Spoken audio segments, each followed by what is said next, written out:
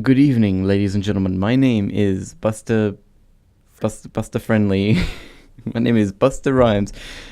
My name is Buster Friendly, and this is the podcast where we talk about things. With me today in the studio is Dennis. Nah, call me Rick.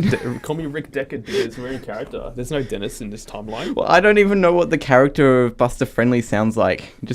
Well, he's a book character. He doesn't have a voice. He's like a TV personality. Also, I should just get a book and make page noises. All right. So, Anyway, what's your name? Dickhead?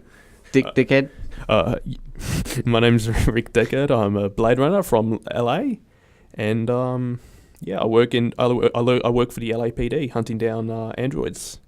Well, hunting down. We're retiring them. That's the politically correct way. Yeah, I see what you did there. So, ladies and gentlemen, I have no idea what the format is going to be, but I suppose we're here for a nice... We're just here. Oh, this is our first show, is it? This is cool. the first one. I'm your first guest ever. You're the first guest ever, yeah. Cool. I don't know who's listening to us at the moment. Maybe if you're listening to us on some sort of weird radio that's still picking up our signals. Buy my book. I don't do autographs. By his book, he doesn't do autographs. How much do I have to pay you to get your autograph? Give me a real animal. No electric animals. Give me a real one. I've totally already got real animals, no electric ones of my own. So, totally not desperate here. So, on my screen, I have a whole bunch of facts about a movie they recently made about you. Oh, really? Okay. Yeah, they called it Blade Runner, and it stars... Oh, yes. Ford Harrison, I believe his name is. Yes, or is it Harrison Ford? Mr. Harrison Ford, not related. I'm pretty sure not related to the same guy who said that all Jews must die.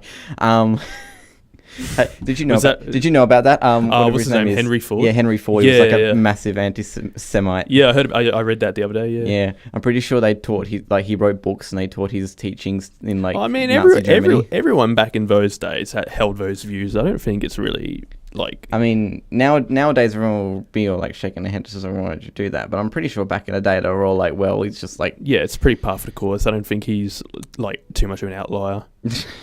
Yeah, you tell that to Hitler. Anyway. Oh, hey, look, the computer finally turned on. Oh, did it? No, yeah, it didn't. It blinked for a second. Oh, blinked. Anyway, let's continue. Ladies and gentlemen, we have here Mr. Oh, no, wait, that's the director's name. Jesus Christ, I didn't want to see his face. Okay. Oh, you're talking about Ridley Scott? Yeah, I saw the face of Ridley Scott, and he's just making the worst sort of angry man face. Can you bring it over? Yeah, here's the face. He looks so pouty. He does not look like he's having a good time at all. No, I wonder where that was. I like how it says Sir at the top of his name, Sir Ridley Scott. Sir Ridley Scott, yeah, 80 years old, born in South Shields, County Durham, England. So if you're ever in the area, I don't know where he is now. He's probably living. Do you think he's still living in England? He's probably living in California or something. Probably. I don't know. Would you want to live in England? I've lived in England when I was for 5. I don't remember much, but it's rainy, it's grey. I don't really think there's too much sightseeing there. Yeah, I don't know. I always thought that England would be a nice place to visit, but not stay. Yeah, that's what I mean. Yeah, it's a good thing Australians got out of there fast. Yeah, the convicts were the lucky ones. Yeah. Anyway, we're talking about Blade Runner. It's a movie directed by Ridley Scott. It's based off of a book called... Do Androids Dream of Electric Sheep? And I can give you the author as well. His name is Philip K. Dick. Yes, Philip K. Richard. So we're talking about the movie that comes from it because... You're mostly familiar with the movie. Yeah, I'm familiar with both movies, the original 1982 one and the one that came out, the sequel that came out last year. Yeah, so before we talk about the new one, what was your thoughts on before we talk about the old one, what was your thoughts on the new one? Was it like... I liked it. It was probably my favourite movie of the year, to be honest. Yeah, it was really enjoyable. I didn't have a lot of high hopes going in. I thought it'd just be, sequel trash, but it was actually really well done. What's the director's name? Denis Villeneuve, I believe his name is. He's also directed Arrival. Have you seen Arrival? I don't think I've seen that movie. It's an alright movie. I liked Blade Runner 2049 more. Oh yeah, Denis Villeneuve. Yeah, it's French, so I don't think he pronounced the S. I think it's Denis or something like that. It's Denis. Denis. It could be Denis Villeneuve, a French Canadian film director and writer. He is a four-time recipient of the Canadian Screen Award and Best Direction for Maelstrom in 2001, Polytechnique in 2009, Incendie in 2011, and Enemy in 2014. This is really cool. Can you sort of bring the screen so I can see it? Maybe just angle it, like maybe bring it back and then... Oh yeah, if I can try and push it back. Yeah, that works. Yeah. Can you see the screen well? So then I can sort of see the screen too. It's just, Jesus Christ. Don't mind me. We're just having some not technical difficulties, but mechanical difficulties. Don't break the microphone. Try not to break the microphone. It's not my studio. So yeah, Denis. Oh yeah, it did come out last year. So you say that Bladerunner. Yeah, Bladerunner 2049. You say you're Bladerunner. Sorry, that's not racist. It's from the movie. It's a quote. Yeah. So you think that Mr. Bladerunner 2049 is probably one of your favorite movies of last year? Yeah, I'd say so. Yeah. Yeah. I liked yeah. I mean, I can't off the fly say what I particularly liked about it. I suppose cinematography. I liked the main actor, Ryan Gosling, was pretty good in that. I mean, he's more of like a stoic, sort of strong, silent type actor. He plays those types of characters. So I mean, I don't know too much about his range. Didn't he do a comedy movie, The Nice Guys or something like that? Which one are we talking about again? Ryan Gosling. Yeah, I'm pretty sure he was in a couple of. I just need to see his face. Yeah, I'm pretty sure. Yeah, that definitely looks like he was in a couple of comedy movies. Yeah, I think so. Canadian, obviously. It began on the Mickey Mouse Club in 93 and 95. Really? Moved on to Are You Afraid of the Dark and Goosebumps, two well-known sort of Canadian-ish. He was a child star. I had no idea about that. Yeah, apparently. On the Disney Channel. Jewish neo-Nazi... Oh, no, sorry. He starred in something called Jewish neo-Nazi film. I thought it was coming full circle with the Harrison Ford thing. The Believer 2001 is the neo-Nazi movie. By Henry Bean, written by Bean and Mark Jacobson. It stars Ryan Gosling as a Daniel Ballant, a Jew who becomes a neo-Nazi. Wow. Pretty intense premise right there. Gotta say. Is that based on a real story? Hope not. I mean, they usually... based on a true story. These types of Holocaust movies loosely based on a true story by Dan Burritos, a member of the American Nazi Party and the New York branch of the United Klans of America. He committed suicide after being revealed as Jewish by a New York Times reporter. Won the Grand Jury Prize at the 2001 Sundance Film Festival at the Golden Street George at the 23rd Moscow International Film Festival. Moscow. This is in America. It's Moscow. Yeah, Moscow. Yeah. Wow. Imagine killing yourself after finding out you're the thing you hate. So. Just going off topic for a second. We went way off topic. We started talking about... so I'm just going to take it off topic again because I just have a question to ask you that's sort of unrelated, but it's still related to 2017 movies.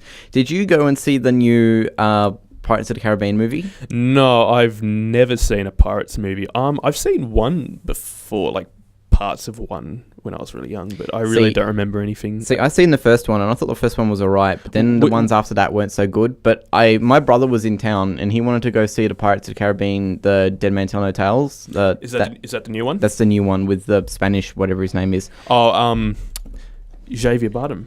Yeah, that's the name, right? I'm pretty sure that's the name of him. Let me just have a look. Yeah, bring him up. Pirates of the Caribbean, Dead Man Tell No Tales. Thank you, Wikipedia. Espen Sandberg, Javier Bardem. Yeah, Javier Bardem. Yeah. He's the guy who I thought was Benicio del Toro before from Sicario, because you see how they look sort of similar, almost. You can sort of you can tell they're not the same person, but you can sort of confuse them because they got sort of similar facial features. Yeah. I don't want to say skin tone, but I mean, come on. The skin tone threw me off. Yeah, I don't know, because I've seen on the internet people are calling this probably one of the worst ones. Was it a flop or? I would say that Did it? No, it got its budget back. It made what it made.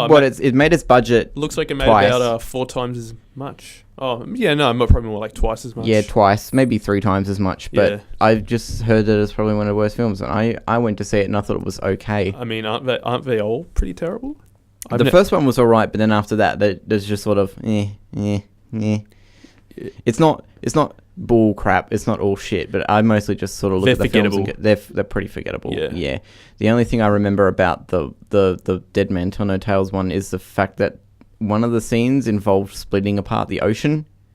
Like Moses? Yeah, like Moses. Like literally splitting apart the ocean. It was basically a Moses moment. It was basically like letting the seas part. You got to have your religious iconography in there somewhere. Yeah, even if it's got to be in the middle of the ocean in the Caribbean somewhere. It's got to bring it all back. I wonder if he was Jewish. Xavier Bardem. No, not Xavier Bardem. Moses. Oh no, he's Jewish. Yeah. Yeah. Yeah. That's the entire plot. All the Jews were held captive by the Egyptians, and he wanted his people to be free. Yeah, that's right. Yeah. You didn't know that? I did, but I'm just. You just flopped. I just flopped it. Yeah, it was just like. Yeah, no. I'm pretty sure, but nah, he was anyway. God, the back button on this thing is shit. Yeah. Anyway. Yeah, I'm pretty sure everyone back in those days in that region were either Jewish or like some sort of other religion, pagan religion or whatever, pantheons, like Egyptians and Greeks and whatnot. Yeah, I don't know. I'm not a very religious person. Yesterday I was at my place I live on the university campus, and I have some people below me that sort of went to church and they sort of recited this whole thing, and I was just like, wow, okay, Bible thumpers. Did you say it out loud, or did you sort of? Yeah, I did. I said it out loud. Oh. And I was like, and then one of my friends was all like, that's not the only thing I'll be thumping out here. That doesn't make sense. Is that a sex joke? It's a sex joke. That doesn't even make sense as a sex joke. It's just that's what she said moment. It doesn't make sense. No, actually, it makes even less sense. At least that's what she said has sort of like a punchline. Like there is context. Are we still recording? I just want to double check because you can make me too sure. Yeah, we're still recording. How long has it been recording for? For about 12 and a half minutes. All right, cool. Let's actually do some questions now because we have gone supremely off topic.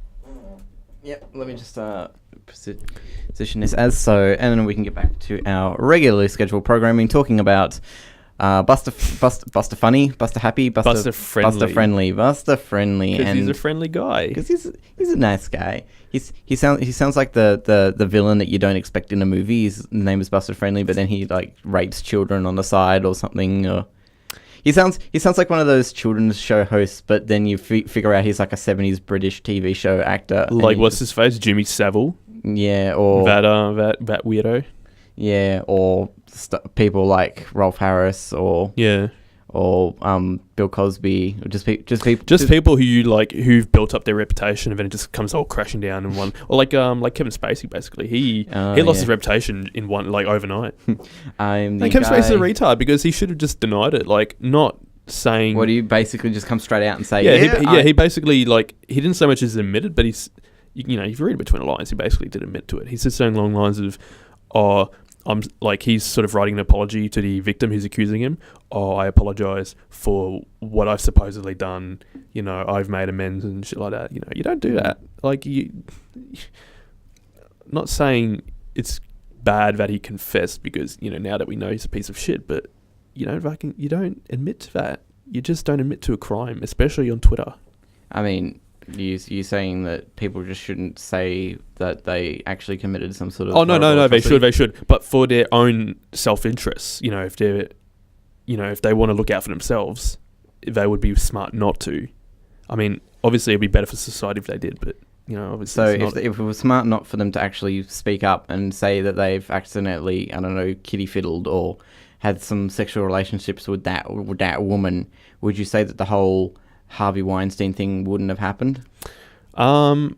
Did Harvey Weinstein come out and say anything? I don't think he came out specifically. I think there was just either a giant leak or something. Because I'm pretty sure a bunch of women coming out saying, this guy's an asshole. He keeps touching our assholes. I'm pretty sure the reason why the story picked up considering Harvey Weinstein is because all these girls corroborated corroborated their stories, and that's why everyone's talking about it. Because if it was just one girl, everyone would have ignored her, but because there's like so many girls talking about it. Yeah, I mean, you're not going to shut up about it if there's like 15 or 20 like separate women coming out of the woodwork to say that you've been sexually harassed by this guy. Same with Bill Cosby. If it was just one girl, they would have ignored it. It wouldn't have been a story, but there were multiple women who were claiming harassment and rape and misconduct and all of that. Yeah. I guess it also depends on like character as well. Like I had no idea who Harvey Weinstein is. Apparently he owns the Weinstein Company. Yeah, he's a big producer. He's a big producer, but like he's like the only thing I know him for is like the fucking Hoodwinked movie. Oh, he's worked on a few movies. He's the Weinstein Company. You're right there. The Weinstein Company has produced most Tarantino movies. Sorry, I'm just checking if I can. Yeah, they've done a lot of Tarantino movies in the past. Can't say what other movies they've produced, but they've done quite a fair bit. They've got a pretty extensive filmography. I've seen a few other Weinstein Company production-y movies, but the first one I've ever seen and the one that made me sort of get a sour taste of them being the minor film company that they are, which isn't like a big studio or anything, was probably Hoodwinked. Have you seen that movie? Is that the CGI Red Riding Hood movie? Yeah. The really bad one that's done as like a crime investigation show? That one. Have you seen that one? I've seen it many, many years ago. I blocked pretty much most memory of it. Yeah. But I don't recall liking it. Yeah, because I'm saying this, actually, I remember... honestly, sidetrack here. The premise of having a crime like CSI parody of a fairy tale is kind of a brilliant idea. I've never seen it done before.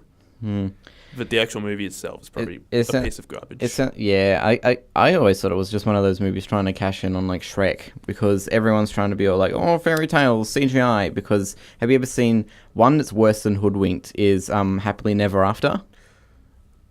Happily Never After? Yeah. I think I've heard of it. I don't know if it was a direct-to-DVD or what, but I remember seeing that and I thought it was garbage. Is that a movie or a show? It was a movie. It was like feature length. It's a 2006 movie. Yeah. 4% on Rotten Tomatoes, 4.5 on IMDb. Wow, 4% on Rotten Tomatoes. That's really bad. Yeah. I don't tend to look at Rotten Tomatoes scores. They tend to be a little bit more satirized. Yeah, I mean, I don't like reading reviews for movies. I don't like seeing their scores before watching them because in my mind, I always take on the like impression that reviewers have left it. Like, I tend to get like that. If that makes sense at all. Yeah, I tend to get that as well. Like if you've seen The Room and everyone, which is a great movie, everyone should watch it. Which is pretty good because it's so bad. It's a cultural icon. Yeah, it's like Tommy Wiseau made himself a name out of that movie, and that's because he had to make himself a name. Nobody knew where he came from. Pretty much, yeah. I don't even know how old the guy is. He's probably in his like 50s or something. He's a vampire. He's unaging. Yeah. He wears those sunglasses all the time now, I'm pretty sure. He wears 2 belts. Have you ever seen that? No. Photos, he wears 2 belts. Why? Because he's Tommy Wiseau. That's the only reason. It's the only reason I wear 2 belts is because I'm a famous movie actor. Tommy Wiseau is what happens when an alien has no idea how humans wear clothes, lands on Earth, and has to wear clothes. He sort of sounds like that meme with what's his name, like Steve Buscemi or something, where he has like the skateboard over his back and that cool hat. Like what's up, fellow kids? What's up, fellow kids? Yeah, he's a wrinkly guy. Yeah, he's got not plastic surgery, but he's got like a sort of almost fake face. You could say it doesn't look like it's a human face. It feels like something's been done to it, but I'm not sure what. He's probably a criminal who made a bunch of money in Eastern Europe, and then he got plastic surgery and made a new life for himself in America. Because like that's the most that's the most believable solution. I think that's the most creative answer, but probably the most boring one is he probably just owned a couple of houses and invested in them and got a lot of money and said, "Hey, I'm going to rent a movie." I think one of the weirdest facts of the movie is that he said he filmed it in both digital and 35mm. Yeah, he did. Have you seen Disaster Artist? I've seen clips and bits of Disaster Artist. I want to go see it. It looks like... Again, I did see a review of it, and they said that there's probably a few things that was probably overplayed in the movie as compared to what the book was, or Yeah, just recounts of real life. Some portions of because I haven't read the book personally, but I remember reading they changed portions of the book. They sort of switched around events so that they would flow better in a sort of strictly narrative point of view, if you get what I mean. But yeah, he did film the room in both digital and film, which doesn't make any sense at all. I mean, I would assume. Well, I thought it was basically just like you got one camera doing a digital and you got one camera doing a 35, you have like two cameras in one shot. One's facing another, one's facing another. No, and one camera's crystal clean. I'm pretty sure they refilmed shots with both cameras. I'm pretty sure. I thought it was like the two cameras side to side. I don't.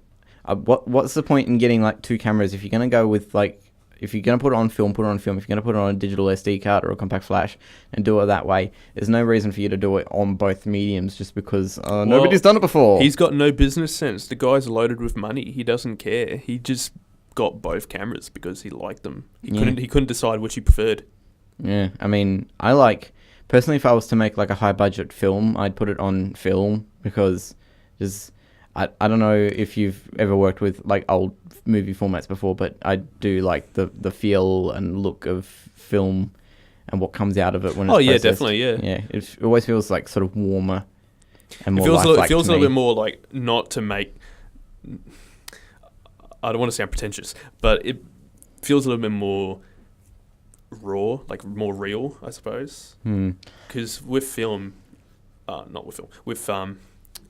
digital, it's a little bit more clinical in a sense. But yeah, have you watched The Hateful Eight? No, I haven't. I actually don't know where I was going with that. I just mentioned it, but then I forgot what I was going to talk about. Have you watched this particular movie? No? Oh. Never mind then. All right.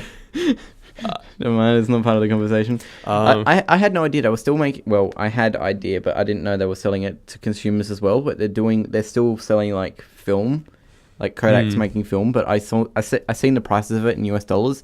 You get like I think it's like 35 millimeters of film at around about 200 feet is around about $179 a reel, I think. You know what we should do? We can edit this out later in post, like with pretty much everything that we've done. Yeah. We should do like a commentary on Bladerunner. We should maybe like get the movie from the library and maybe... Is there a DVD player here? Because we could totally do like a commentary. Like we can sort of do like a podcast while watching it. There is a disc. Because like I've watched it, I've seen it before and you haven't, so this is going to be like a cool like dynamic. Yeah, so then we can just... I mean, like for now we can keep talking, but... we basically have the idea of basically just like, hey, watch the movie with us. Yeah, no, totally, absolutely. But you know, this is just, you know, please keep this in mind. Let's do some questions now because we have gone way off the plot. Yeah, we've been recording for about 23 minutes and we haven't even once talked about the old Blade Runner movie. But we talked about a new one. Yeah, we talked about the new one for... we didn't really talk what happened in it. We just said what... Do we have to talk about do androids dream for this assignment? Because this is sort of like the required reading. So it is the required reading, so I would assume that we have to talk about... By the way, we're doing this for an assignment. It's called cross-media production, where we have to do a thing. A project proposal. Well, we did a project proposal, now we have to do the prototype for the project. You can also consider this a prototype for Double Talk, even though this is not Austin. This is Dennis. Hi, Dennis. Oh, you do a thing with Austin, do you? I was for years. This was going to be our plan since 2014. Me and like Austin and I, we were considering doing like a podcast. Like our Austin, like the Austin we know from not your Austin, but like an Austin from high school. Oh, another Austin. Okay. Yeah, another Austin from high school. If you're listening to this, Austin, hi, get in touch. We should actually do this shit. Hey Austin, how's it going? How's it going? I didn't desert you for Dennis, I swear. No, he totally did. Yeah, we went to this drama class and it had a book in it and it was called Double Talk, and I think it was about like people, like two actors acting at once, and we said that's a good idea for like the name of a podcast, and I just sort of grabbed my recorder and we just started recording random shit. And Double Talk, that's a good title. I like it. Yeah. It's Thanks, pretty, no steal. It's pretty memorable, to be honest.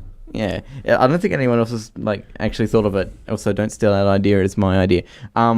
Trademark it. Trademark. Yeah, I gotta go to the IP office and get that trademark. Totally. Yeah. Yeah, so then we had the idea to do a podcast, but we never actually made anything out of it, and we'd seen each other for at least 4 or 5 years after that, and we didn't even think about, hey, let's go to a studio, let's actually sit down and we can actually record stuff, because we were still thinking about the format. We had no idea what we were going to talk about. We were all like, are we going to make this serious, or are we going to just sit down and talk crap? Or You know what's a really good podcast? Just to veer off track once again, do you like The Simpsons at all? I do like The Simpsons, Like yes. the old Simpsons episodes and all Yes. that, yeah? Is this Four Finger Discount or No, I was actually thinking of Two Bad Neighbors. Two Bad Neighbors? I haven't seen that one. There are two guys who bring on guest speakers once in a while to talk about old Simpsons episodes. Oh. Yeah, it's good. It's good. Good channel. Yeah, you should check it out. They're on SoundCloud. Oh, all right. I'll have to check that one out. Yeah. There are a few good podcasts I listen to. What's the other one? Four Finger Discount. Is that? I'm pretty sure Four Finger Discount. That's a Simpsons joke quote. That's a totally a reference. Yeah. There are a few other podcasts that I listen to as well. Sometimes I listen to the Going Off podcast with Rap Critic and Muse. I don't listen to them much anymore. I used to listen to them a lot because their podcasts were like 2 hours and it was just them talking shit. Yeah. With like the odd like album review, because they do music reviews, both of them. But then they started to get Patreon and I didn't like them as much. I hope they're not listening. They're not listening. And other podcasts I sort of tend to listen to. There was one that I used to listen to a lot called... there's another one I listened to called The WAN Show. The WAN Show? Yeah, it's from Linus Media Group. It's about technology and like tech news and computers and stuff like that. And another one, the Pizza Party podcast with... Rebel Taxi. They do I know Rebel Taxi, yeah. Yeah, they do like cartoon stuff. Yeah, They released a new episode like last night, so I'm going to probably listen to that on the way to another place. Alright, yeah, this is good. I'll review this footage later and I'll check him out because, Yeah. I could totally like listen to some more podcasts. Yeah. So, and this could be one more podcast on your list. This might be the new big thing. You never know. This might be the new big Finn. This might be the new big Finn, Mr. Buster Friendly, and his friend Rick Deckard. His friend Rick Deckard, yeah. Who's a character from Bladerunner. His friend Black and Decker, yep. What? Okay. Double Decker bus. His friend Double Decker bus. Okay, so... Let's do what we wanted to do in the first place. Okay, so... we have just been talking about the most inane bullshit ever. Yeah. I love podcasts. We talked about that Nazis, we talked about podcasts, we talked about... I don't know what. I don't know. I tend to like podcasts that sort of... They do No, you're going off track. Subject. You're going off track again. I am going off track again, but just... I want to make this clear. My favorite type of podcasts are the podcasts that do have a sort of point, but they say, "Wait, I just got to talk about this for a second," and then they go on about it for like 10 minutes. Yeah, just like rambly stuff. What's his name? Ricky Gervais. He does like a sort of a. He does podcast. he does a podcast too with some other guy. I forgot his name, but aren't they animated as well? Yeah, very. I believe. I don't know if they're partially animated or not, but I believe they are. Yeah. Yeah, I forgot what the name. What's the name of the guy? Carl something. Pilkington? I want to say Pilkington. I don't know if I'm confusing him with someone else. I think you're right. I think it is Mr. Ricky, Kyle, and third guy whose Carl name Pilkington. I can't remember. Yep. Yeah. Anyway. English television, blah, blah, blah, etc., etc.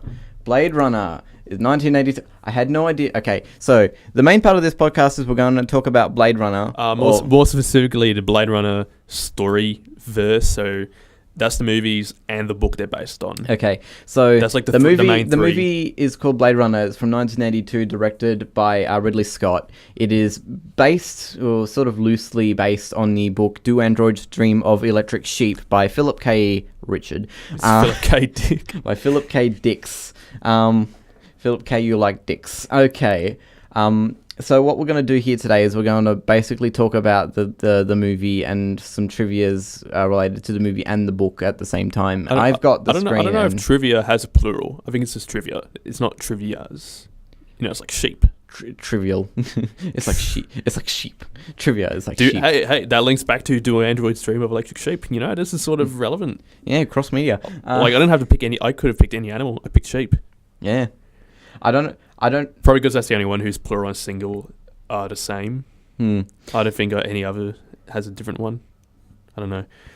I'm just blurting out words. I'm not actually thinking about what I'm saying. You're just trying to fill up space. Yeah, basically. Yeah. I've been wondering, considering cross media production is sort of based on the book of the year mostly. I don't know what it was last year, but I wonder. Is it the book of the year just at our university, or is it in Canberra, or is it like I think national? I think it's just our university. Yeah, that makes more sense. Yeah, where we pick a book, where the university, I think it's like the student association, or maybe it's the library, picks the book of the year. In this case, it's a book from, I think, American author from 1968. Yeah, Philip K. Dick is American. He's a sci-fi author. He's written a few others in the past. Not that I'm familiar with his work. Are you bringing up his trivia page now? Are you? Yeah, I'm bringing up his name. Actually, random.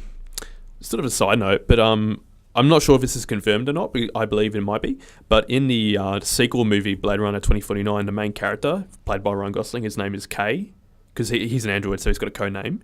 His full name is like a series of numbers and letters, but he goes by K. And I think it might be possible that he was named after Philip K. Dick. So I think that's like an interesting little nod to the author. Yeah, I had no idea that. I don't know if that's legit or not. It might just be a coincidence, but it could be. There could be something there. Who knows? Something's going on, and we have no idea. Ask Dr. Google. He'll tell you everything. Ask Dr. Google. So use Bing instead. It's better. No, don't. It's bad. I was about to say 2009. Blade Runner 2009. When I think, what year is Blade Runner set in? 2019, I think. Yeah, I think it was 2019. So we're still due 1 year left until we get flying cars and androids. Yeah, and off-world colonies in outer space. Yeah. So what happened exactly to make the world look shit? Was it like a huge... I think it was Cold War. No, it was 1993 or something it was based in or something. The book? Yeah, I think the book was based in... No, I think the book's based in 2019, isn't it? Or no, I could be misremembering. You might be misremembering. I'm pretty sure that the book was based in 19... If we had the book here, this would be really helpful. But I forgot to bring the book with me today. I forgot to bring it with me as well. But post-apocalyptic 1992. 1992. Yeah. Okay. So they would have said it was. I would have said it was probably. It probably would have had something to do with the Cold War, which was going on. At 1992 just finished. I think in the book it was nuclear war that did it. Yeah. That caused all the animals to die and all the world to be terrible. Oh, okay. So I'm reading here that apparently later editions of the book read it to 2021, but it was originally 1992. Oh, did they retcon the date? Yeah. Okay. Since to sort of keep it up, yeah, move it forward because it was publicized in 1968, which was. Can you hear me really well? Because I'm sort of. Yeah. Sorry, if I move closer to the microphone, better? if you wanted to go back just a little bit further to where you were, I can adjust. No, it's okay. It's okay? I'm all good. You're all good. Right. Because I just wanted to make sure that everything is even. It's not recording to different tracks, it's recording onto one track. So it's all one track, yeah. Yeah. The book was printed in 1968, which was around about the time the Cold War was in its height, I would say. Yeah, I'd say around the 60s. I can't remember when the Cuban Missile Crisis was. But Dr. Google can tell us. Dr. Google. Oh, you're really good. I don't even know why I'm bringing in my phone. You got the computer. How many tabs have you gotten open? I've got 3 tabs. 1962. So around that time the book was released. So yes, I would say the book was written sort of as a response to the Cold War tensions around that time. Yeah, it definitely has something to do with doomsday in general. In the book, I don't know about the movies, but in the book, the Soviet Union does exist because obviously the book was published when the Soviet Union was around. But bit of a it's a bit funny in retrospect that the Soviet Union was there at all. Yeah. So I'm reading one of the notes on Wikipedia. Don't take this for granted. This is just a Wikipedia note. It says that the change counteracts a problem common to near future stories, where the passage of time overtakes the period in which the story is set. For a list of other works, we might fall into prejudice phenomenons. List of stories set in a future now past. So I bet. Is that actually a Wikipedia list? That's a Wikipedia list. That's crazy. That is crazy. There's a list for everything. Did you know there's a list for lists of lists? Look it up. There's a list of lists of lists. I don't know what the lists are, but there's a list of lists of lists. You got 3 levels there. Yep, there it is. You see it, yeah? The list of lists of lists of lists. This is a list of articles that are lists of lists articles on the English Wikipedia. In other words, each of the articles linked here is an index to multiple lists on a topic, some blah, blah, blah. That is just insane. That's Imagine being the guy who, like, because there's no need for that page. Imagine being the guy who has a Wikipedia account and decided, yeah, you know what, today I think I'll compile all the lists of lists and make it into, like, one super list. And make a list of lists of lists. I wonder if scientists can ever invent like a list of lists of lists of lists. 4 levels. For all 4 levels, yeah. I don't think the world's ready for that. I think that's going in a little bit too deep. That's list of Australian rules football leagues, list of curling clubs, list of countries in the United States. Sorry, list of countries. Oh no, sorry, counties. Yeah, counties. Yeah, counties in the United States. Yes. List of countries in the United States. 1 United States. Yeah. Well, there were others. The Confederacy. I think Florida used to be a republic. Texas, California Republic, Vermont Republic. You know, there were a few, but there were a few republics, but then they decided to they all coalesced into one big homogenized mess. Yeah. Yeah. I hope you're hearing this, America. You're kind of a mess. You don't need 50 states. Why is Hawaii a state? Who knows? Guam could be Puerto Rico. Puerto Rico is more likely. Puerto Rico is more likely. Puerto Rico is the 51st state of the United States of America. I don't have ears anymore. That's why I've only got one coming through one ear. At least you got one ear working. Yeah. That didn't clip. I'm not going to check though because that'll stop the recording.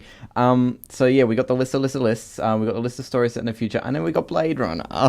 Is there a Blade Runner list on that thing? There isn't a list of Blade Runner things, but there's not many Blade Runner medias. Because what have you got? You got the book, obviously. You got the movies. I'm assuming there's games and graphic novels and junk like that. I don't think there would be much else. It's not like it's a huge franchise. You know, it's not like it's not Star Wars, it's not Star Trek, it's not Stargate. No one cares about Stargate. So yeah, for some reason it's the only thing they show on the Sci-Fi Channel. It's fucking Stargate SG-1. It's just Stargate 1. Creative. Yeah, is that really its title? Stargate SG-1? That makes no sense. That's like pin number or ATM, like pin number. Stargate SG-1 or ATM machine. That makes no sense. It's the automated telemachine machine. Yeah, exactly. Yes. Anyway, Do Androids Dream of Electric Sheep, which was later retitled to Blade Runner: Do Androids Dream of Electric Sheep. Do you like my phone wallpaper? It's like a plane. It's a contrail in the sky. Where's my phone? Do you like that? I took it the other day when I was in Lake George. There was a plane flying overhead, and I was like, I'll take that. I don't know why I'm like shilling my phone wallpaper. I don't know why you're trying to interrupt this podcast by saying, "Hey, look, my phone cover is my wallpaper is." I feel like we have to actually get started, and then once we get the ball rolling, we'll probably stay on track. Yeah. All right. Blade Runner. Don't worry. If you're listening to this on the Stuart H YouTube channel, why? Anyway, so. Do you have a lot of subscribers? I only have 55, I think. Yeah, your 55 subscribers are going to be very confused when this inevitably gets uploaded. Yeah, that's fine. I've been trying to put stuff on there for ages, but even if that means coming into here and, I think since this place isn't used very often, I'm just going to come in here like every Wednesday or something. This will be so fun. Yeah. Are you going to come here on winter break or? Yeah, I'm coming in on winter break just so that I can record stuff, just like podcasts. That'll be fun. Bring in a second person. You know what? I'm totally game for that. Like, if you want to bring me on as a guest, yes, I'm cool with that. Yeah, sweet. This is really fun. I love this room. Yeah, it's a nice room. You probably can't see where we are at the moment, but you can't see where we are because this is an audio podcast. But we're in a small room. It's about, I'd say, 3 meters by 10. Maybe. Yeah, it's pretty narrow. Yeah, it's a narrow room. It's got a soundboard in the middle of it with a computer and 3 microphones, 2 of which are working. And on the right-hand side of me, there is a whole bunch of foam. And behind you as well. And behind me, there's also some foam. And to the front of the room, we've got a really thick door. Yeah. And that door leads to another, like, slightly smaller room that's completely filled up with foam. Yeah. You got like a is there a name for it? Like Soundproofing. no. When you got like 2 doors on either side, so like one. It's like I the know laundry I know room. what I want to say. I just can't put it into words that make sense in English. It's like a choke point. It's like when you have like 2 doors, one opens one way and one opens the other, and you go through that way. It's like, well, you know like how a front door, in police stations, for example, you've got 2 sets of doors. You go into one, there's like a small space. The door closes behind you, and then the other one opens. That leads to the rest of the police station. That sort of deal. Yeah. Like the one that comes to mind. Have you seen Fargo, the TV series? Season 1? No. It's season 2. In season 2, they had a police station showdown between the criminals and the police. And I don't even know why we're talking about this. This is not remotely interesting, except to me. No one else is going to be. That's fine. Fascinated by this. I just thought it's an interesting concept. Yeah. Siege tactics. Yeah. Modern day siege tactics. Yeah. Anyway, Bladerunner. Yeah, Bladerunner. I ought to stop doing this. Yeah. So if you're listening to this on our channel, you're getting the whole uncut thing. Yeah. This is. Yeah. Yeah. Pure, like, undiluted nonsense. We're bringing it. Jesus Christ. Sorry. Your hair's stuck on there. Head's stuck on the headphones. So see, I got short hair, so I never have to worry about that. Yeah. These headphones are crap anyway. So you probably got better headphones than I do. They're the same. Are they? Yeah, same brand. Yours has got mine's got like a caught up lead. Yeah. Bladerunner. Do androids dream of electric sheep? Philip K. Richard. That is so loud. I know. That is going to peak that's going to peak so much. I think it did peak. Peak. It's going to peak a lot. See, I'm gonna have fun editing this sound. This probably isn't gonna get uploaded until the weekend. Wouldn't I be editing this? Because you'll be editing this. This is my project. You're doing a board game. Yeah, I'll do the board game and I'll do all of that. But once we're done with it, and by Friday I'll give you the file. Yeah, I'll have a copy of this and then I'll edit it for myself so I can put it on my channel. Yeah. Just the uncut. Well, when we're done, just put it on my hard drive. Well, it's going on your hard drive. Your hard drive is plugged in. We still got like 351 hours, 591 hours and 44 minutes of available recording time. Jesus Christ, that's a lot. Yeah, so let's not be here for that long. 500 hours? No, I'm game for that.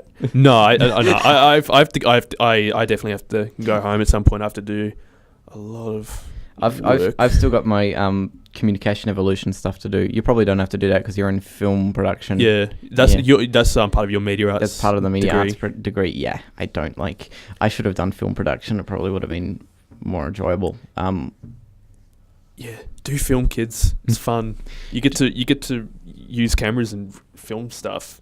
You get to make movies. You get to make movies. And what's not fun about that? Yeah, you get to even make podcasts about making those movies.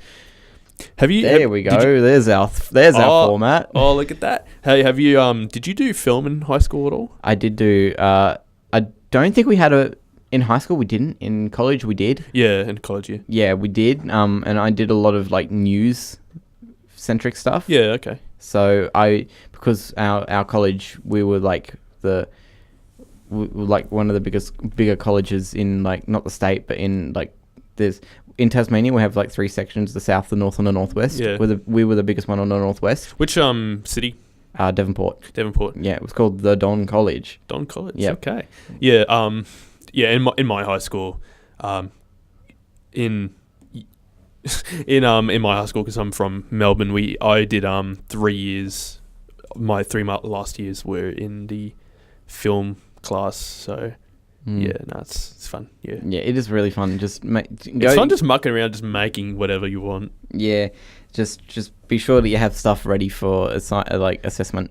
Otherwise, definitely, yeah. Yeah, otherwise it would be a big waste of time. Definitely, this is a word of advice. This isn't just film. This is for anything. Never, ever, ever be late for anything. You can be late for some stuff. You know, you only lose like 5% a day here. I don't know how it works in other states, but like, just don't muck around. Just get your work done. Get your shit done, and you'll be fine. Yeah, don't be a Stuart. Yeah, don't be Stuart. Be a Dennis who only fails sometimes. I only failed my first assignment like this semester. Cross media. Yeah. Yeah. No, not cross media. I passed cross media. Oh, okay. Okay, that's good. I failed communication evolution. Oh, shit. Bummer, dude. Yeah, so I have to pass this one. Yeah. So Blade Runner. Let's get Blade Runner out of the way. So we have the book here. Well, we don't have the book here physically, but we have read a couple of chapters of the book Do Androids Dream of Electric Sheep by Philip K. Dick. It is a book based in post-apocalyptic San Francisco, where the book follows... Isn't it Los Angeles? Nah, it's San Fran. Oh, I thought it was LA. No, I'm pretty sure it's San Francisco. Okay, it's either LA or San Fran. Place your bets, because I'm going to look it up right now. San Fran. Is that what it says? No, novel is set in post-apocalyptic San Francisco, where Earth's life has been greatly damaged by nuclear global I war. thought it was LA. Maybe the movie is set in LA. Maybe the movie is... I don't remember at all. It would make sense if the movie was set in LA. Some Californian city. I mean, I've never been. Like, how would I know the difference between the two? The movie was based in Los Angeles. Oh, But really? The movie was based in Los Angeles, but the book was based in San Francisco. Such an odd change. Why would they make it that way? Maybe. Like, he it just moved seems to so random. Yeah. I mean, it's still in California. Yeah. It's just sort of a needless change to make. I mean, it's probably easier to make that because there's a system of how things are filmed in Los Angeles, so it was probably easier to just reset the whole thing in Los Angeles. Film it. You can look, first of all, most lots of American movies are shot in California because of laws and whatnot. I don't know the full details, but you don't necessarily have to name where you film. You don't have to put where you film into the movie. You can just call it whatever you want. You could have said the movie was set in Cairo in Egypt or Jakarta or wherever in the world.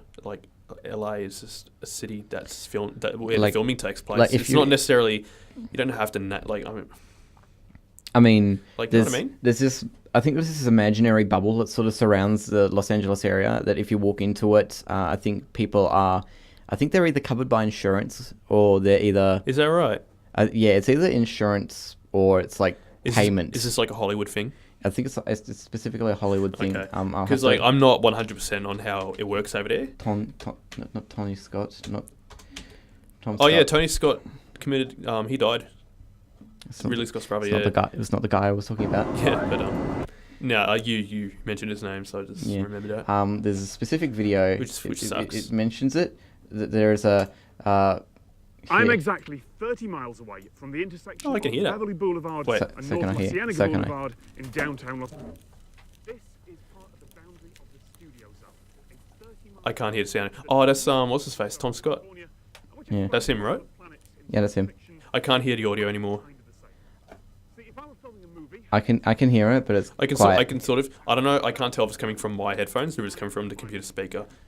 What is? If I just walk a few paces this way inside the studio zone, then cast and crew get paid from Wednesday. Where is the computer speaker anyway? Is it down there below the desk? I don't know. The headquarters of pretty much all the movie studios are in. I'm hearing something. I just can't tell where it's coming from. Hold on. No. What? Who are you calling? I heard a dial tone. It's alright, but it's not what I was after. What does that call button say? It just says telephone. But who does it call? It just goes to this phone. Oh.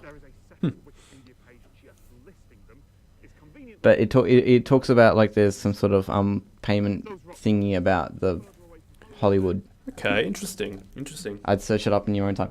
I just want to make sure that the recording's still, because if that sound messed up. Since we're here, do you want to... No, it's still going. Yeah, no, I'm talking about since we're here, do you want to... Open up the phone lines. We're taking calls now. We are now taking calls. Bring it on. That is so annoying. Oh my annoying. God, please turn it off. It's driving me insane. It's ringing in my head. Oh, it hurts. Do we want to... I know we open up the studios to the phone lines. Ringing now. I won't do that again. Maybe the phone's not even connected. Yeah. Your phone vibrated. I wonder what the studio number is. Maybe if I can call it, maybe it'll... Your phone was vibrating before. Yeah. Could I maybe that was maybe put on there that so was it's not vibrating the desk? Yeah. This just in from ABC News. 3 more Labor MPs and a South Australian crossbencher have just resigned. We told you there would be more fallout from the High Court's citizenship decision. It's more citizenship shit. Really? Yep. That's interesting. Still going. So you got news alerts on your phone? Because I don't have any of that. I get random news when I scroll here, but I don't get alerts. Yeah, I get. Is that like an app you have on your phone? No, it's ABC on Messenger. Oh, okay. You can set it to send you text messages when you... I still need to download Messenger. I keep telling myself I'll do it today, but I keep never doing it. Do it now. I don't have... I actually took the App Store off my phone temporarily because it kept updating apps without my permission. So even when I was... Really? When I was on... Does it not allow you to turn off automatic updates? I tried. I couldn't figure it out. Because this one you can do it with all apps or individual apps. What I'll do at some point is I definitely have to look into it because I need Messenger. I need it for work and stuff. So, Bladerunner. So, Bladerunner set in 2019 Los Angeles because... Why was it set in 2019 Los Angeles when the book was set in 1992 San Francisco? Well, I think because obviously the movie came after the book. I think they just moved the date forward because, the movie was set in 82, so I guess 2019 is further away than 1982. The kind of logic. It's not. 2019 is.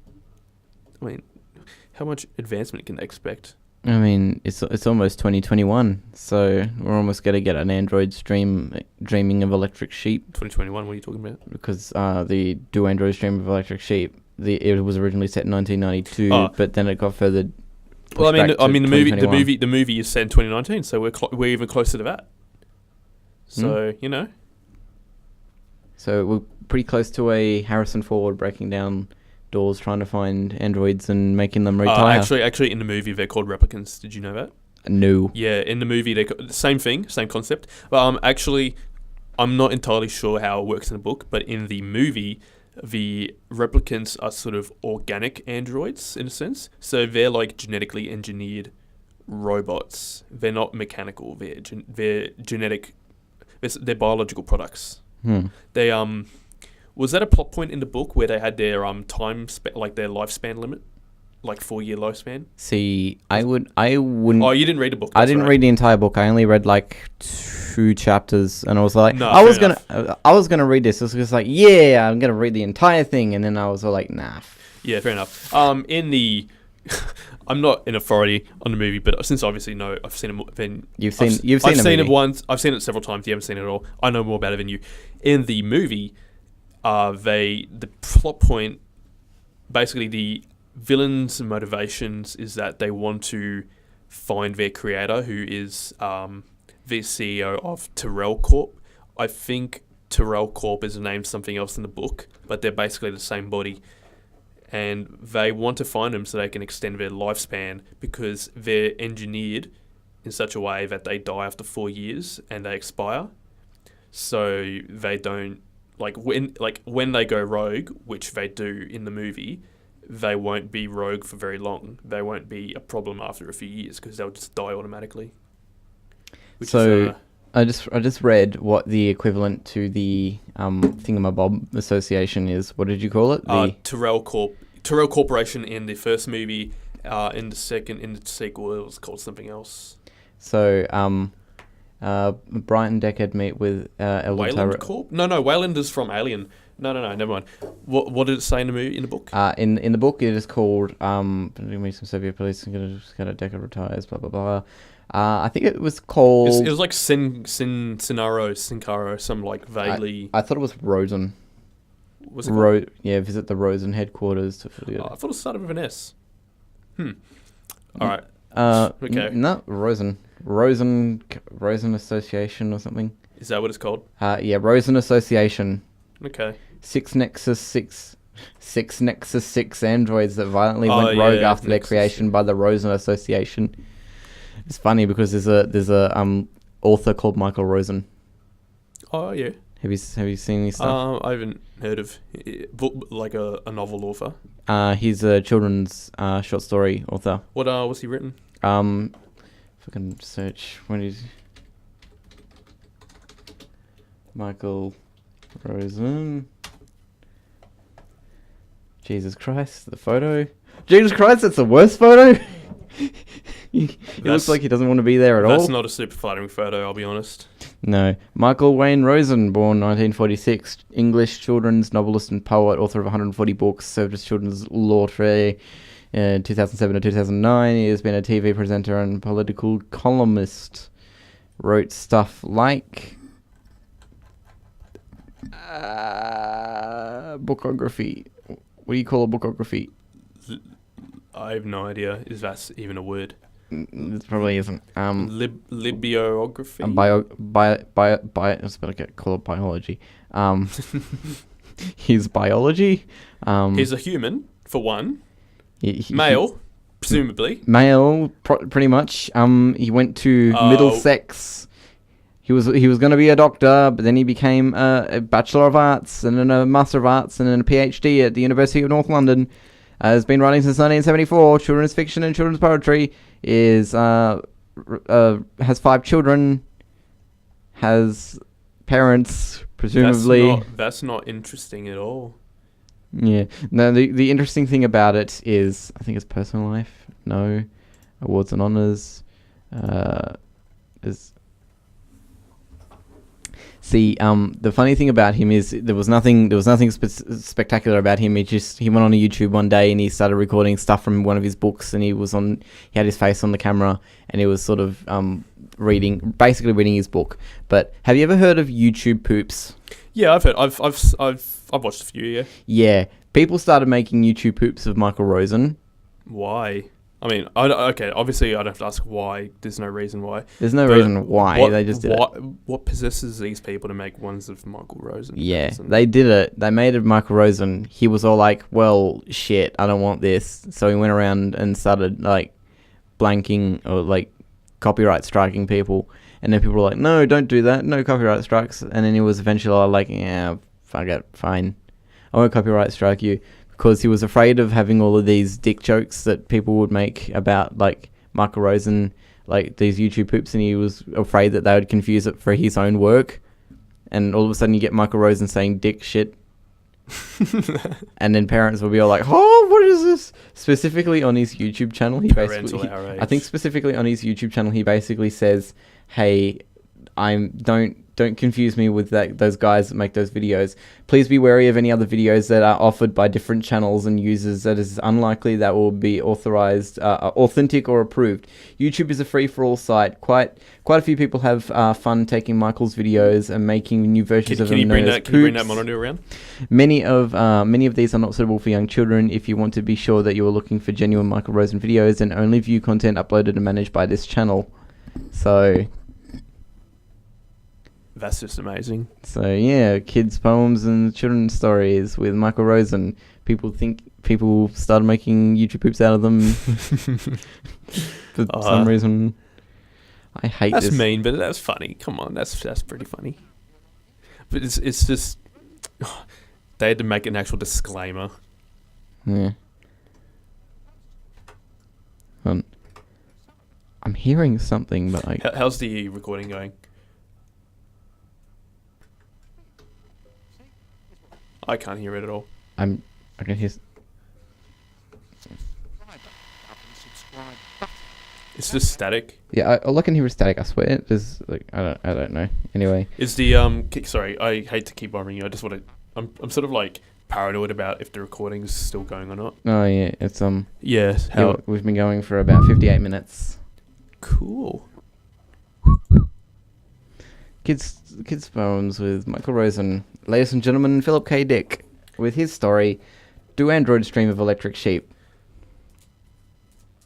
Let's talk about your board game because, like, we need to link this across media somehow. Let's talk about your board game. How's that going? Let's talk about my board.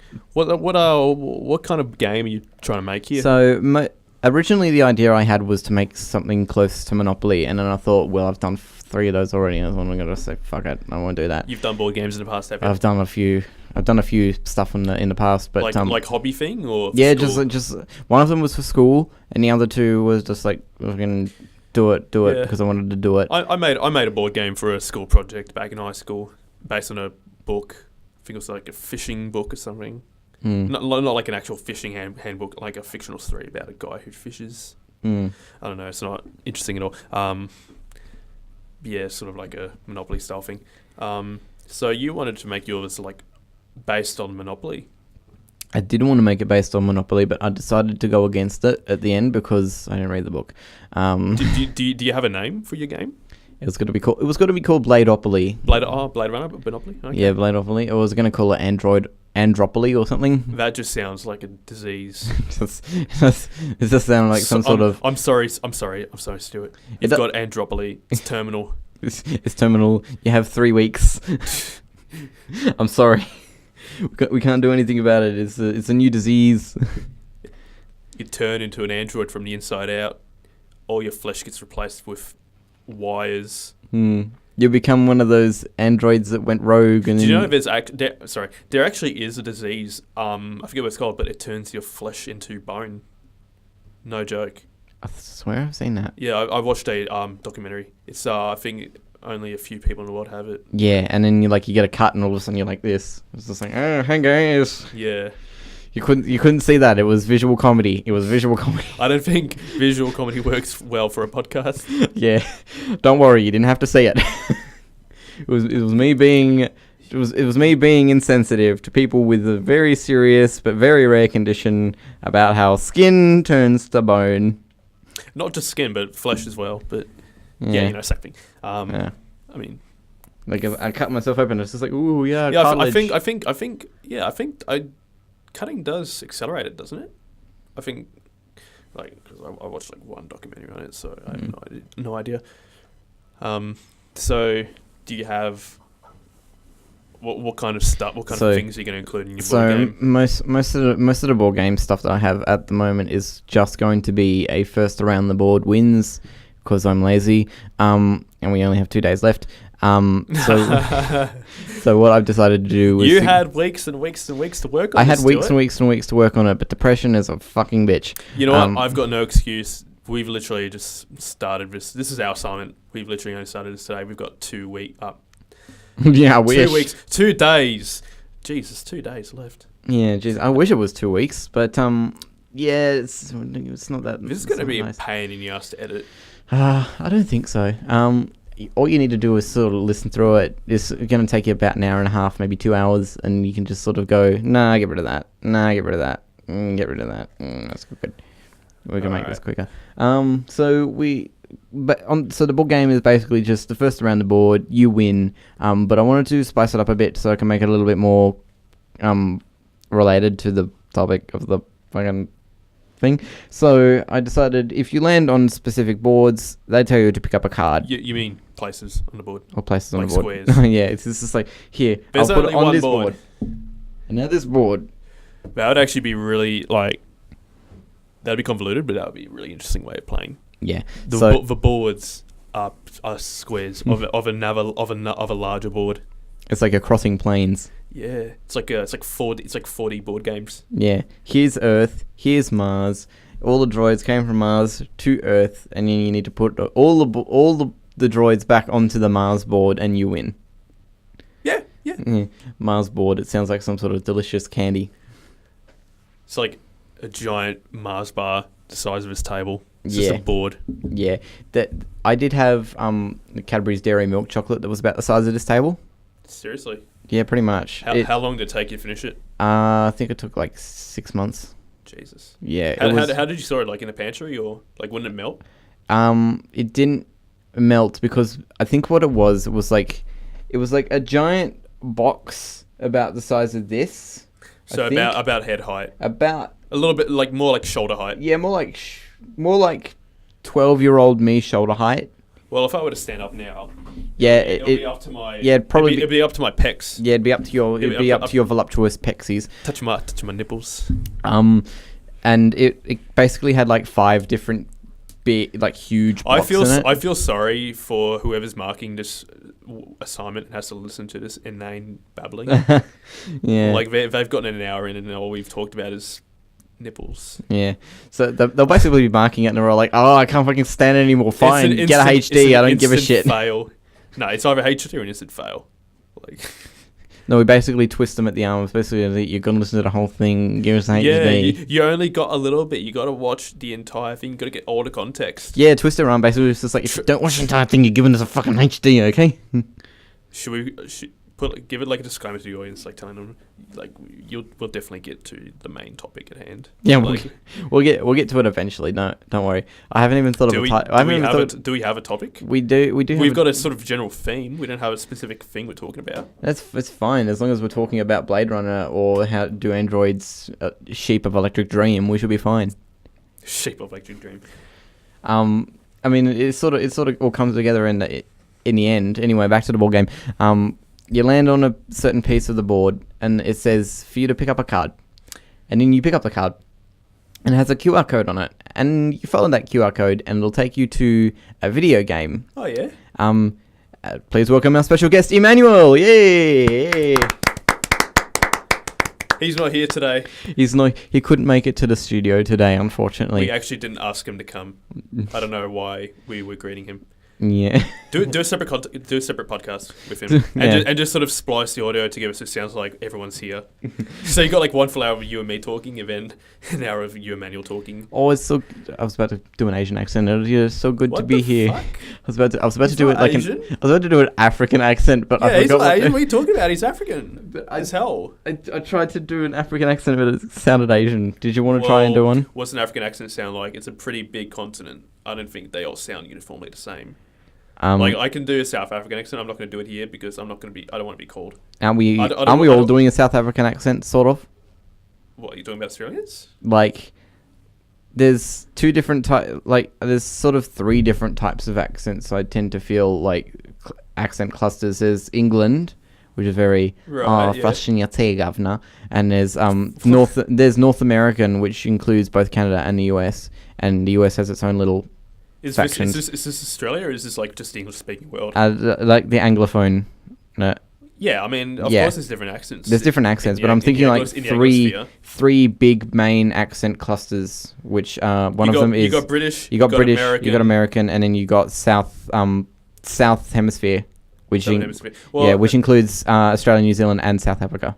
Because I tend to feel that a lot of people from South Africa sort of sound very similar to people from New Zealand. Maybe. I don't really have I don't know many South Africans. I knew like maybe one South African kid. Yeah. So I don't really know, but yeah, I mean, sure, if you say so. Yeah. I've gotten into conversations with a few other sort of people from around the area, and when they speak, they say, I say, hey, you from like New Zealand or something? And it's like, no, I'm from South Africa. Do they take offense to it, or do they sort of chill? I was just pretty chill with it. They're just chill with it, yeah. Because there's a lot of people in sort of South, I think my grandma's friends, they lived in South Africa for a long time, and then they come and they have this very specific accent to them. Oh yeah, definitely. Yeah. I was born in England, so I had for the first maybe until I was around 6 or 7, I had a supremely British accent, and then I slowly evolved into the bogan that you see here today. Yeah. I tend to feel I don't put on a bogan. I feel like sometimes I put on a bogan voice, but I tend to. You can't be prime minister because you're a dual citizen. You can't be a politician because you're a dual citizen. Anyway, I don't want to be a politician. It sounds like too much work and stress. Anyway, I shouldn't be trusted with government. With language, do you feel like there's like coming from like England to Australia? Do you always feel like there's some words in England that you still say with an English accent? Honestly, no. I used to say the word can't as can't, and sometimes I sort of like juggle between the two. Doesn't everyone say can't? Sometimes I say can't, sometimes I say can't.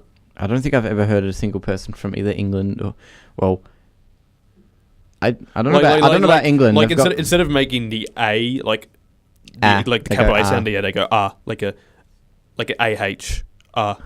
Yeah. In America, they do capital A. Yeah, they do the ant. Yeah, but that I don't even know. It's aunt. Yeah, I have Aunt and uncle, I have not aunt and tons. uncle. I have tons and people have like a load of people from America that I'm friends with, and yeah, and they speak to me, and they're all like, "Can you slow down? I can't understand your accent." American accents are so weird. In the movies, they sound normal, but when I meet an American in real life, they just sound like not from this planet. Like, I don't know what the deal is with that. Like, and they all sound the same too. They all have this exact same accent. Is there like a specific region that all these Americans from one specific state are coming to Australia? And like because in the movies they don't sound at all like I would have thought most of the people that come from it, it's sort of a question on how like accents develop on like surrounding areas. I would have thought that the American accent would have developed with contact with the Native Americans. Well, there's no one specific American accent. You got your Southern accent, you got your East Coast accent, you got your like Northern or Minnesota accent. That doesn't sound right, but yeah. Oh yeah, you ever seen Fargo? Oh yeah, I've seen Fargo. You got like you got a whole bunch. You got a whole bunch. Yeah, like there's no one American accent. But is there one Australian accent? There isn't. I think I'm sure there's a little bit of variation. I mean, it's all like I don't know how. Because I think that England and America, the accents are a lot more regional. When England has so many accents. It really does. Yeah, England has so many accents. America has quite a few. It's an old country. Australia's only 200 something years old. Yeah, England's been around for thousands of years. Yeah, but the only difference I see between like accents in England and America is they're regional. I think Australia's accents are more classist. Possibly, yeah. I can definitely see that. Yeah, like you get the cultivated high class Australian accent where they sound closer to an English accent than they do like Australian, and then you have like the general Australian, which is basically what a lot of people speak like, and then you have the broad Australian people like Steve. I was about to say Steve Urkel. People like Steve Irwin, people like Steve Irwin and stuff like that, who have like the crikey mate, that sort of voice. I mean, that's just a stereotype. It's a good stereotype. I mean, I say crikey whenever I can, but it's definitely we've all had our fair share of Crocodile Dundees here. Friggin', I was going to call him Ted Hogan. I meant to say. What's the actor's name again? Oh, God. Paul Hogan. Paul Hogan. That's it. Yeah. I just needed the first name. I knew his last name. I was going to call him Hulk Hogan. Hulk Hogan? No, I've called him Hulk Hogan in the past. Yeah. Even though I'm pretty sure during that time where Paul Hogan was being all, like, Australian, I think Hulk Hogan was in his America phase. So it wouldn't match at all.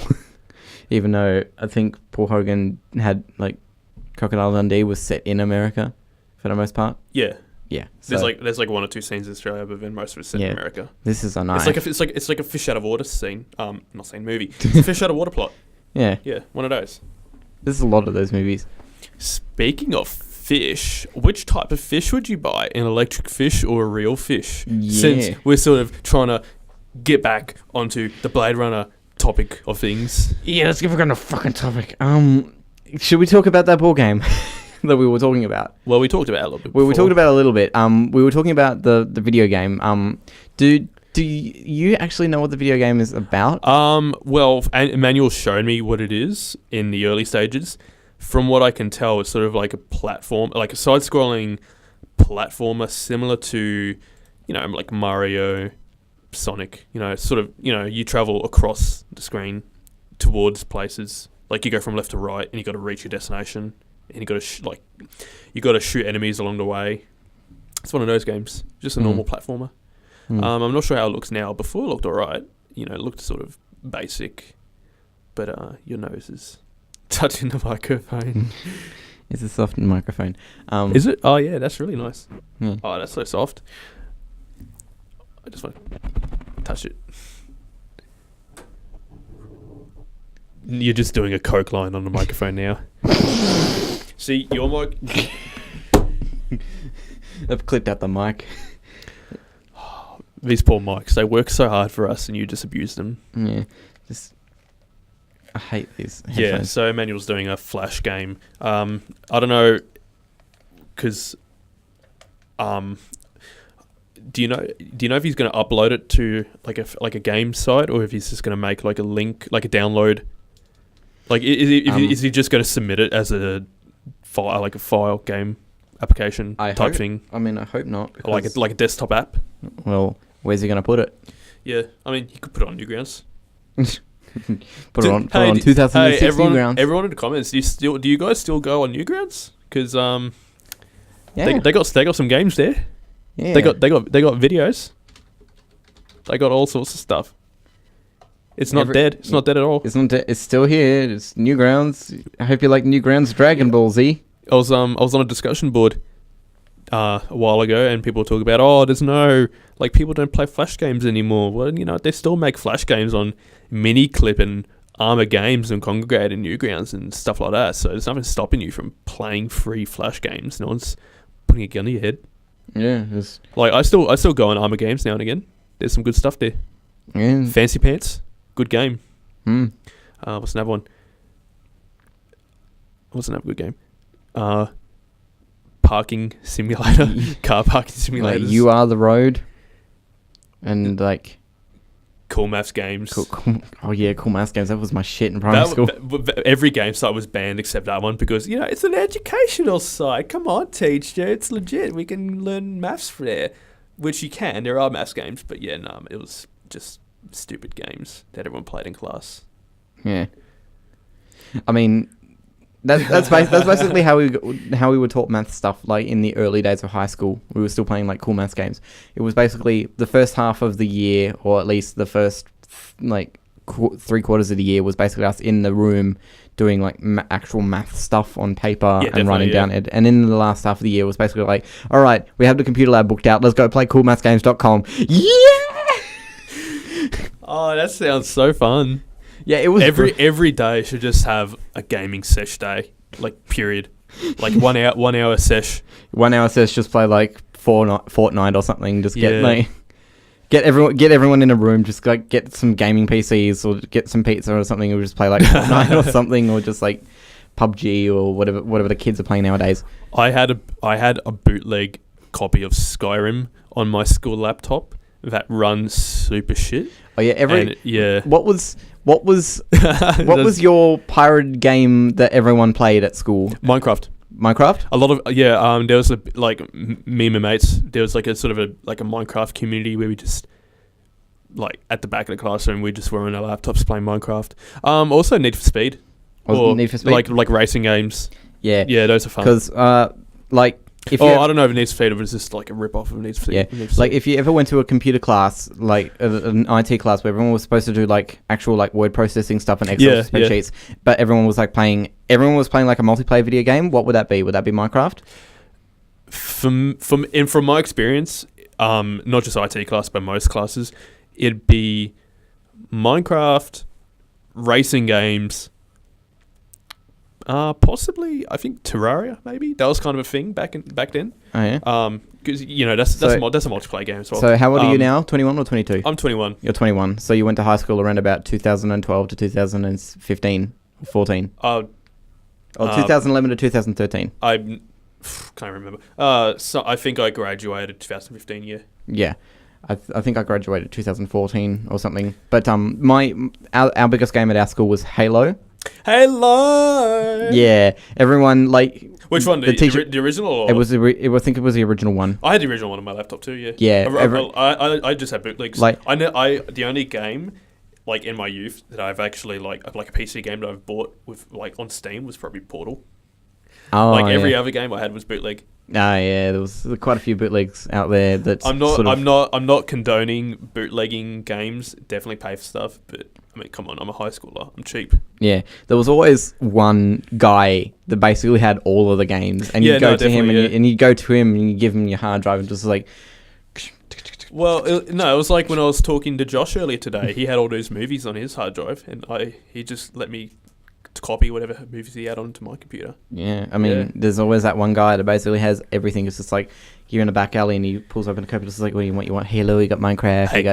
Hey, kid, you wanna buy COD? Yeah. I think another one that went around was Warcraft 3. I've never played Warcraft. Yeah, it's not the World of Warcraft, not the MMORPG. Yeah, MMORPG. But I've never played like any of that series. Yeah, like MMOs or and otherwise. Then I think in the final months that I was there, I think it was either Civ 4 or Civ 5 was going around as well. Oh, StarCraft as well is what I played. Yeah, we didn't have the StarCraft one. It was mostly, I'd always arrive not last, but sort of near last to my classes, and our IT classes at high school was set up in like a U shape, where you had like computers on one side, computers over here, and then computers on this other side, and everyone on this side of the room was playing Halo. Just everyone in like a multiplayer match. In a multiplayer match, just everyone on that side of the room. They loaded it off of their USB drives. Oh, yeah, no, same, totally, yeah. Yep, they plug it in and they basically use the school network and they basically just play Halo in the IT class. Just setting up LANs and everything. Just setting up LANs, setting up competitions, and then I think in some cases they have like one room with another room. Did you guys have your own personal like school laptops, or did you use like desktop computers like computer labs? Yeah, fun story. In our first, I don't know about grade 10, but definitely in grade 7, 8, and maybe 9, we had these little Acer netbook things that were about that big. Yeah, same. Yeah, and the keyboards were like that tiny. You can't type on them nowadays with our big man hands. They were such bad like notebooks. They were so and that was like mine would never start. It would take me maybe 20 minutes to start, like to go from on button to log in. Yeah. Ours weren't that slow. They're just not good computers. They're not good computers. Ours weren't that slow, but basically all they were made for was word processing and probably internet. Yeah. And that's about it. Pretty accurate. But that was basically because I don't think I had a smartphone at that point. I think I got my first smartphone when I was in grade 9, and I think it was like an iPhone 3GS or something. The first smart anything I got was an iPod Touch when I was for my 13th birthday. You remember iPod Touches? Yeah. They were like a phone, but you couldn't make calls. They were basically functioned as an iPhone, but they only worked as an iPod. Yep. You could play games on them too. Yeah. I never got an iPod Touch. I sort of wanted an iPod Touch, but then I think one of my cousins had like an iPod Shuffle. Oh, yeah. I was just like, hey, I should get an iPod Shuffle, but I got an iPod Nano instead. So... which was all right. It had the screen, it had the circle, and it had FM radio, and that was pretty cool. And I used that basically. Yeah. I think I first got that when I was in grade either 5 or 6, and that was basically it wasn't smart because you couldn't connect to the internet with it. What was your first iPhone? Like a 3G or? Yeah, it was the 3G. Yeah, I think that was my first too. Yep, and I think I got that when I was in either grade 8. I forget which one this one is. Not 8. I think it's Maps is on for some reason. That's not good. How do you not know which phone you have? I forget. My dad bought it for me. He was nice enough. How new is it? How long have you had it? A few months. Okay, so it's probably an iPhone. It's probably an iPhone 8. Yeah, because they're probably cheaper. Yeah. No, this is an S7 from Samsung. Oh yeah. Because I prefer. I jumped the ship because I originally had cover, so it's really handy. It's a wallet. Yeah, it's a wallet. I got to do that. I need to get a wallet phone case combo. Yeah, it'd be really useful. The main reason I got the wallet hand case cover combo was because I basically, when I go for a drive, I always remember to bring my phone. I always forget to bring my wallet, and my wallet has my license in it. You can't forget both because you've got both. Because I got both in it. Yeah. It's got my license, so I don't need to worry about it. No. Yeah. But the first smartphone I owned was like the 3G, and that was like in 2000 and what year was grade 8? That would have been 2011. Yeah, for me it was 2011 or 2012, somewhere around there. It might have been 2011. You know, also a really good movie, 2012. Yeah, 2012. Yeah, such a good movie. It's not. It's garbage. I hated it. Yeah. Well, no, I loved it actually, but it's fun. It's fun garbage. The next phone I got after that was the iPhone 5, and then I decided to give my iPhone 5. I was going to give it to my brother, but he already had a 4S, so I gave it to my sister, who's younger than him. So she got the 5. No, basically, yeah, every one of my phones has been a hand-me-down from my parents to me to my younger sister, and then eBay. Yeah, eBay gets it. That's basically how it was. It was the first phone I had was a hand-me-down from Mum, who then got an iPhone 4, I think. And then the next one was bought off of either Gumtree or eBay or something, an iPhone 5. Yeah. And then I gave my iPhone 5 to my sister, and then I bought this S7 brand new. So righto. So this is mine, and I bought it, and nobody else will have it until it dies, and then I'll probably buy something else. What are you gonna do with it when it's done? You're gonna sell it on eBay or Gumtree, or I'm probably gonna put in a safety deposit box. See, I'm the only one in my family. I have two sides of the family. There's my mum's side and there's my dad's side. They divorced. My mum's side of the family, they all have iPhones. Every single one of them. My mum has an iPhone. My nan on my mum's side has an iPhone. Pop on my mum's side. My brother, my two sisters, I think, share one iPhone. So they're an iPhone. They share a phone. I think they share a phone. How does that even work? I don't know. How do they coordinate that? I don't know. They either share a phone or they probably both have like a phone each. I can't remember, but they probably have like the smaller iPhone 4s or something. And then on my dad's side of the family, my dad has a Sony. My dad's partner has a Samsung.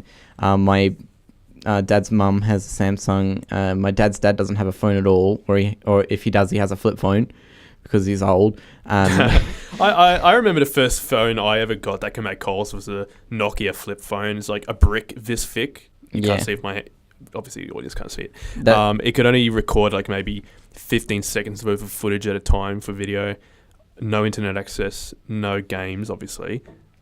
Only phone calls and SMS. Yeah, it was a piece of garbage. That was basically my first encounter with like just a phone in general. I think it was like my father had like a Nokia or something, but it also had like a camera on it. Yeah. I used to make shit out with that like all the bloody time. You can't see it on my YouTube channel, but on my YouTube channel before I started doing other stuff. Is that your old channel? Or is this still the same channel? It's the same channel. Just private stuff. Yeah. Yeah. God, this is so bad because Sometimes the sound comes into the left ear, and then sometimes it just goes away. Really? Yep. That's unusual. I don't know what it is, but it just does that. It should be picking up. It should be like it should be fine. It's got both. It's picking up. It's not just a problem with the microphone. It's a problem for headphones. It's a problem with the headphones. Yeah. My first phone basically had like a camera on it, and I think it was like just a Nokia something or other. I think it was hand me down from my father. It's like for mine. It's like a camera that this is the phone. Yeah. Here's my hand. The camera faces this way, but there's it spins on a wheel almost, so you can sort of spin it to face backwards and forwards. It's cool. that was basically my father's phone. I used to make like a whole bunch of other shit with it, and then he got a phone call and was just like, "Hey Stuart, where's the fucking phone?" And then before I got the iPhone 3, I had like this Java. I'm just taking my jacket off. Really. Yeah. Before I had the iPhone 3, I had this like old phone that basically run Java from LG. Oh yeah. And it was basically like the cheapest crap I've ever had, but it basically worked, and you could connect to the internet with it. But it was basically like, you know how you had those old Nokia phones that could connect to the internet, but it was like you had to navigate it with a button. It was basically just like strings of text. Do Nokia make smartphones, or do they still make flip phones? They make smartphones, but they're probably still the same unbreakable brick shape. They had those Nokia phones are tough. Have you not seen a Nokia phone lately? They are. I don't even know what they're selling. I've never had reason to look at. Look at that. Wow. They're selling. That actually looks. Yeah, that looks like a proper smartphone. I mean, they do still. They still do the. They're still making like the flip phones. They still make the bricks. Yeah. I think their most recent one is the 3310, and it basically looks like if I can bring it up. They're selling it at Officeworks. Buy now. It's basically this for $59. Wow, that looks ancient. And it is a brick, but it still has like a touch screen on it. I think it's a touch screen. It's a touch screen, and okay. Or maybe it's not a touch screen, but it is definitely like a very flashy screen. Look at that review. 1-star review. Yeah, it's. Hey, read reviews. I want to read some reviews. Let's read the review. Not good for seniors. But. It's not meant for seniors. You fucking have cataracts. I bought 2 of these for my senior parents. I thought it would be easy for them to use on a smartphone, but the font on the buttons is white on a silver background, making it very hard to see the numbers. The lock screen cannot be changed and set up, and you have to constantly press hash key star hash every time you want to go back one screen. The screens also crash many times when navigating back or forwards to leave a blank screen and having to switch off and on. Hi Barry, we are sorry to hear about your issues and we're having with these phones. Please return them to your local store for a replacement. Thanks, Officeworks. Unbelievable. Yeah. That's just funny. That's just funny. Yeah, I think it's fine. I'd give it like a 2, maybe a 3. It's not a phone for the modern day, but if you're you haven't used it, have you? So how would you know how well it works? I haven't used it. My father, for the longest time before he got his Sony, had like a tradies phone from like Telstra. You know, the ones that are like big, bulky, they're almost like a knockoff brick. And he used that for ages, and it still had the buttons on it. It's just like, why don't you get like a smartphone with like a shelter case on it? It's just like, nah, I don't know how to use those things. Smartphones that he uses his finger to world, touchscreen ones that he uses his finger to world to use. Yeah, he ended up getting one. He got a Sony, and he liked it for a while, but now I think he doesn't like it as much because it's starting to slow down. Yeah, well, you know what planned obsolescence is, right? Yeah, iOS got into like Apple. Got into like a big argument because I knew they were doing it for ages. I knew they were doing planned obsolescence, but then they it's probably done on purpose to make people buy phones. But even if it isn't, it's still obviously going to happen because over time, new software just isn't compatible with the old hardware. So because I remember not the previous phone of this one, but the one that came before the previous one. So 2 phones ago, I updated it to one of the new operating systems, and it just completely was broken. It just wouldn't work anymore. I think it was 4S. I think. Yeah. Because I had the 5, and then there were like few updates. I think it was like I had iOS 9, and then they upgraded it to. Then I wanted to upgrade it to iOS 10, but they fucked it up somehow, and it basically made my phone brick. So I had to basically a paperweight. Yeah, basically a paperweight. So I had to downgrade back to iOS 9. And say, fuck it, I'm getting a new phone, and this is iOS 10 was the reason I got the S7. Oh, hey, look, we got it disappeared. There was like a thing called like a self-test. You can sort of see, like white, blue, green, red. You can almost see it, not quite. I don't know. Okay. Oh, maybe I can change the brightness.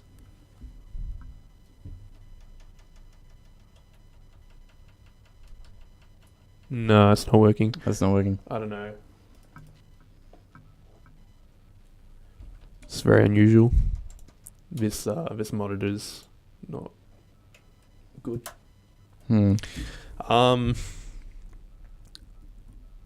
So, we've talked about the board game. We've talked about a flash game. We've talked about a flash game. Now we need to talk about this. This is a podcast. That's it. There's nothing to talk about. It is what it is. If you're listening to this, you know what the gist is.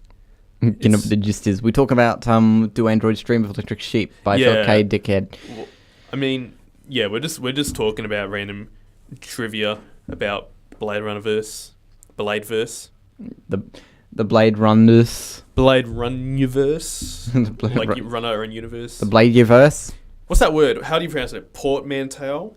A portmanteau. Portmanteau, yeah, that's it. Portmanteau. It's a portmanteau of runner and universe. Runnerverse. Or portmanteau. Portmanteau. It's like some weird spelling. French. That's not racist. I tried to play the pronunciation of portmanteau, but it just goes. Can you hear it? I can't hear anything. It just goes. Good one.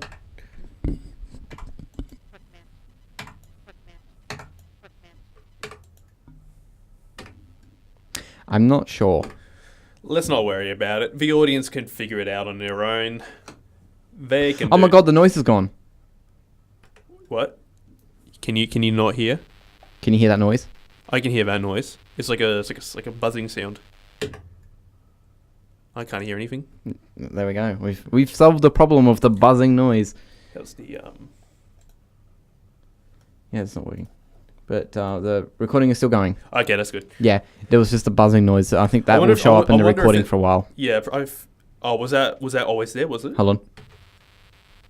Because I couldn't hear it out before. Yeah, the buzzing was there, but it was sort of quiet. But I was wondering what it was, and yes, it did appear in the recording. So hold on. Can you sort of turn it on again, but turn the volume down? Yeah. It was sort of there. Into this. No, that's all right. Someone just entered the room. Yeah.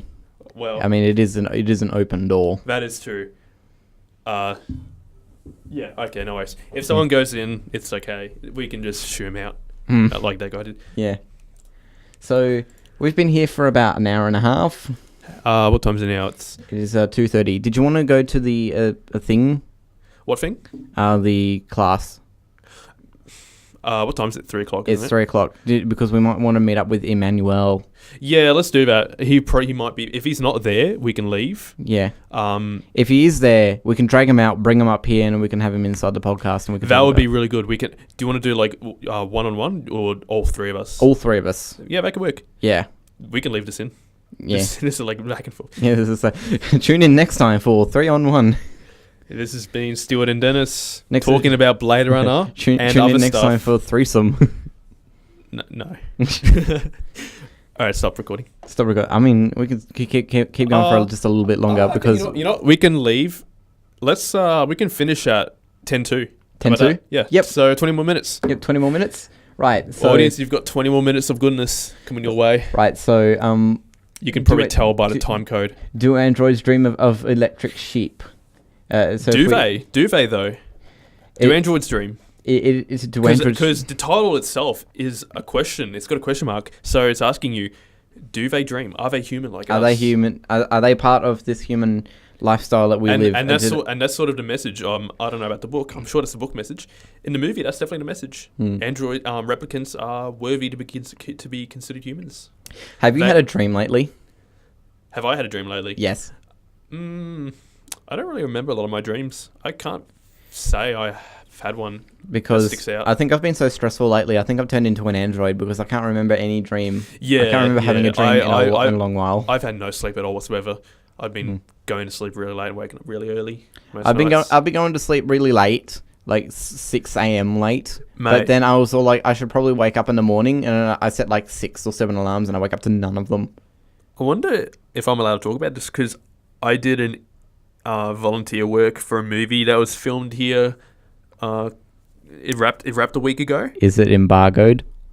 No, it's not embargoed. Okay, you can talk about it. It's a film called The Furies. I'm not going to say too much because, I don't spoilers. Yeah, spoilers, and I don't want to get sued, and because it's just embargo. Yeah, no, basically, like call times are so early. It's I'd get up at maybe 5 o'clock in the morning and take the 1 hour car trip towards where they're being filmed, like up near Lake George and whatnot, and it's just and finishing up each day is about 6 to 8 o'clock in the evening. So it's basically a good 10 to 12 hour day, which is fun. Yeah. Is this a small production you're working on? Well, I've already finished it. I was only doing volunteer work. It's a fairly, I'm not going to say anything about like the crew size or budget or anything like that, but it wasn't like a huge like Hollywood blockbuster type thing. It was fairly, I don't want to say casual, but it's like everyone knows each other. Everyone sort of deals with one another. It's, yeah, I don't know why I'm talking about this. This isn't really. This is just random shit. Yeah, fun. I was just talking about how early I have to wake up. Yeah, because 5 o'clock's not that early, to be honest. Yeah. So you said you worked on like a film set before. Well, yeah, this is the first time I've done an internship for a film. Yeah. Yeah. So I was asked to do stuff for a film set, and I was like, "Hey, you can come and do help us with filming. You can do you can be like the data wrangler or something." Oh, you've been data wrangling, have you? Yeah. Cool. No, I haven't, because that's where the story ends. Because they were all like, "Hey, could you come and do it?" And I was like, "Yeah." So I come and do it. I bring everything that I need, and they're all like, "Ah, shit, we already got someone." Why that's so... Yeah. That's not good at all. That's I hate when people do that. I hate when people say, "Oh, yeah, you're fine," but then come today, they say, "Oh no, we don't need you anymore." Yeah, they basically said that they were setting it up, and it was all like, "Yeah, that's pretty cool. I hope you're listening to this, Jordan, because I fucking hate the fact that you made me do this." Is this Jordan that we like from class, or is this another Jordan? This is another Jordan. Jordan.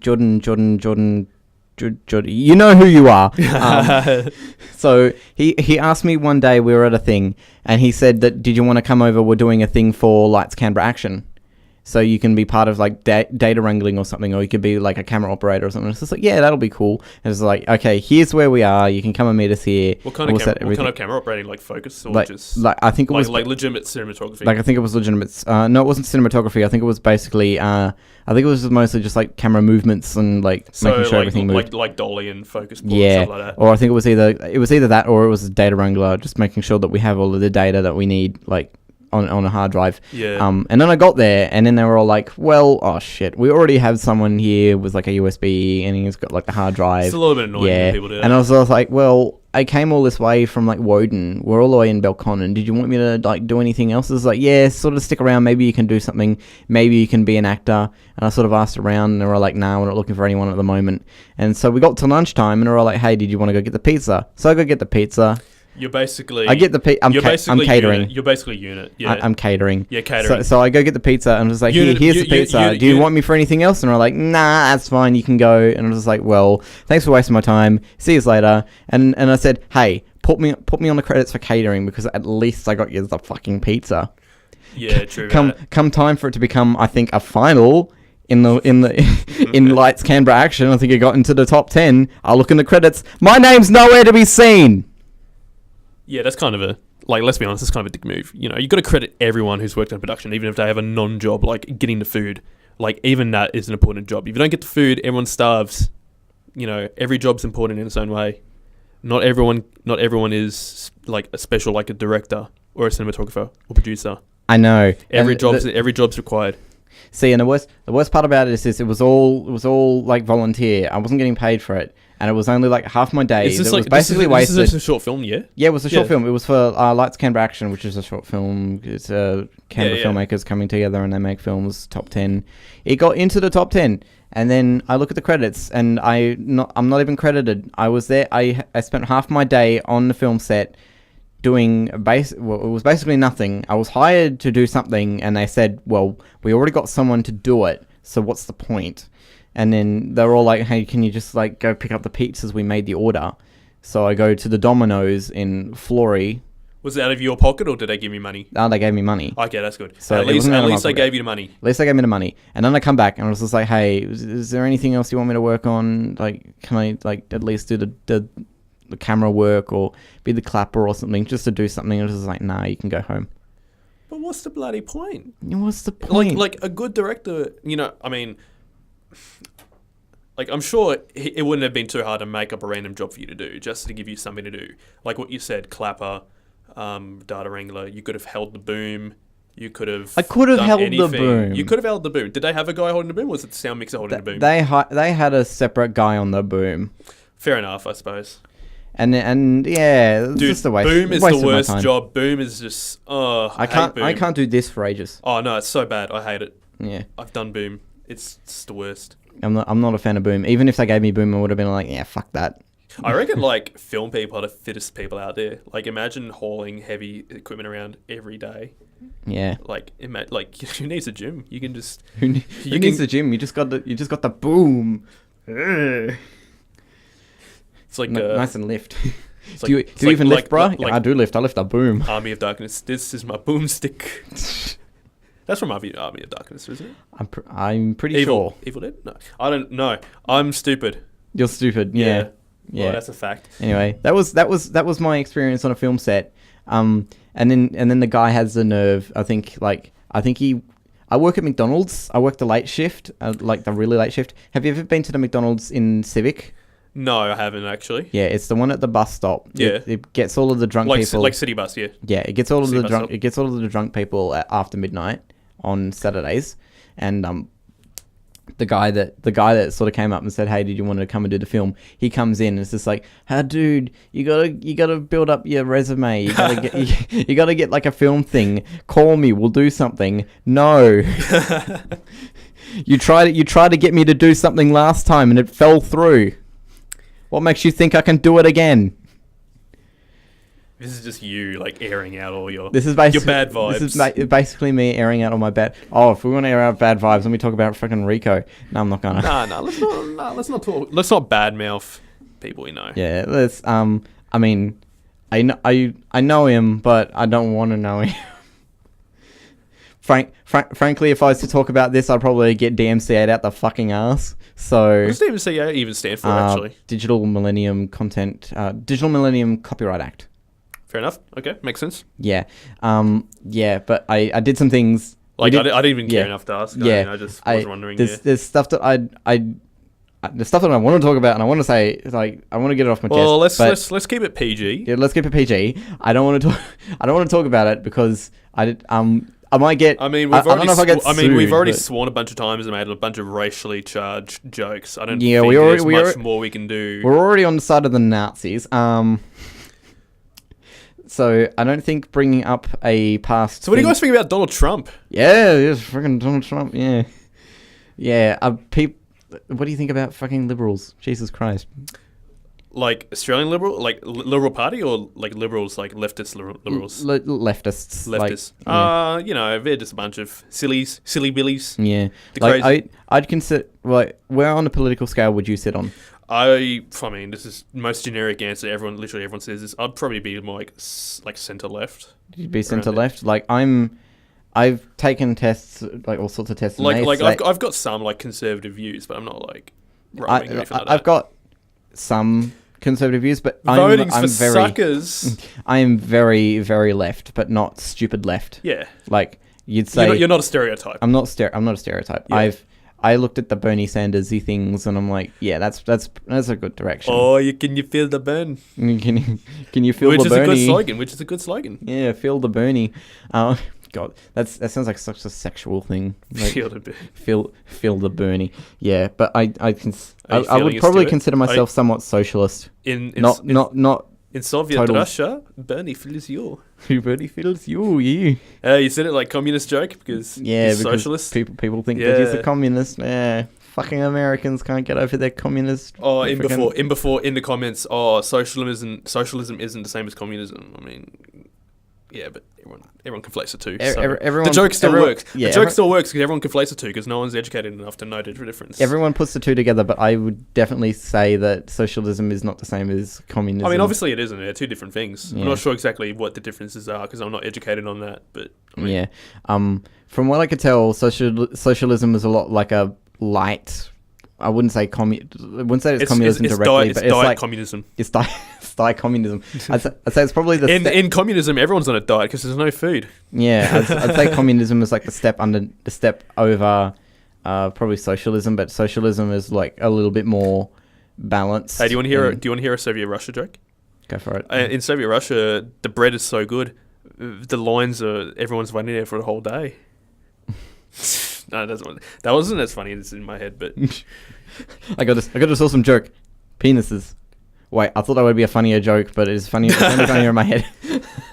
Yeah, no, but that happens. Yeah. Like something's in your head that's funny, but then when you say it out loud, it just falls apart. Yeah, or it sounds funny in your head, and then you say it, and then it sounds offensive, and everyone's like, God, people think everything is offensive these days. No, don't listen to those. I think people... They're silly. Have you heard of the whole... I don't know if I talked to you about it. I talked to someone about it. How the voice... Hank Azaria is quitting the voice of Apu from The Simpsons. Yeah, I heard about that. Because somebody started stalking him and say, "Can you stop the fucking Indian stereotypes, well, please?" Didn't some Indian guy made a documentary. Yeah. So it's like I said comedian. I meant to say Indian comedian, but I didn't think it was a comedian. I thought it was just SJW. No, I think he's a comedian. I think he works in the business. Anyway, yeah, he made a documentary on the Apu character, which if you're going to complain about Apu, which you can, you can. I mean, if you're going to remove one sort of racist stereotype, might as well remove them all. Just make a bland show. Make it boring. Because pretty much every character in a lot of characters in The Simpsons are ethnic stereotypes. Okay, to catch everyone up, here's the verbatim. You can't pick and choose. Here's basically the Wikipedia article. In late 2017, early 2018, a controversy arose about the stereotyping of one of the title characters in the show, Apu Nahasapima Petalan. It came from a documentary, The Problem with Apu, by Indian-American actor / podcast host Hari Kondabolu. Declaring the character was a racist stereotyping of Indian people, despite the fact that Apu has been a significant character to the show since its first appearance. I mean, yeah, he's a stereotype, but he's not like blackface. He's not offensive. It's not even that stereotypical, to be honest. There's two things stereotypical about him. No, three things: accent, convenience store clerk. Do Indians have lots of kids? Is that a thing? He's got lots of kids in the show. He's got lots of kids, but I'm not sure. He didn't have them all. He had them all at once. He didn't have he didn't have sex like 8 times. Yeah, I'm not. Well, I mean, they got a high population over there, but yeah, there's only two vaguely stereotypical things about him. He's got an Indian voice. I wouldn't even consider the accent to be that stereotypical because Indians just sound like that. Have you ever? Well, India's pretty big place. I mean, they got all sorts of accents there. They got there's not one Indian racial group. There's so many ethnicities there. It's unbelievable. Mm. Yeah, but I would definitely check out an ethnicity map of India because do you know what the second biggest language in India is? Second biggest. Yeah. First biggest is Hindi, and the second biggest is English.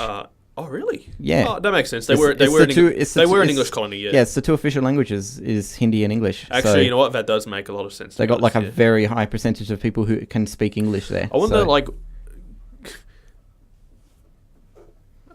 But I'm just saying this because the Apu controversy, I don't agree with it one single bit because it's just basically people people being up in arms for a problem that didn't really exist. You know what? Actually, The Simpsons, there was an episode where the message was, if you complain enough about something, eventually things will change.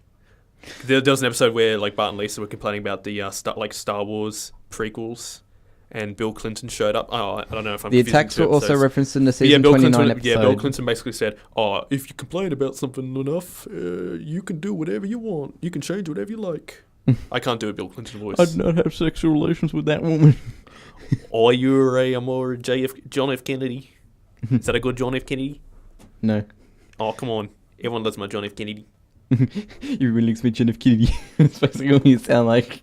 You don't sound convincingly. Where was Kennedy from? He was from South. He was from South. I can't remember where though. I don't know where Kennedy's from. From? Yeah. Here's a list of Indian languages. Hindi's number 1, 422 million speakers.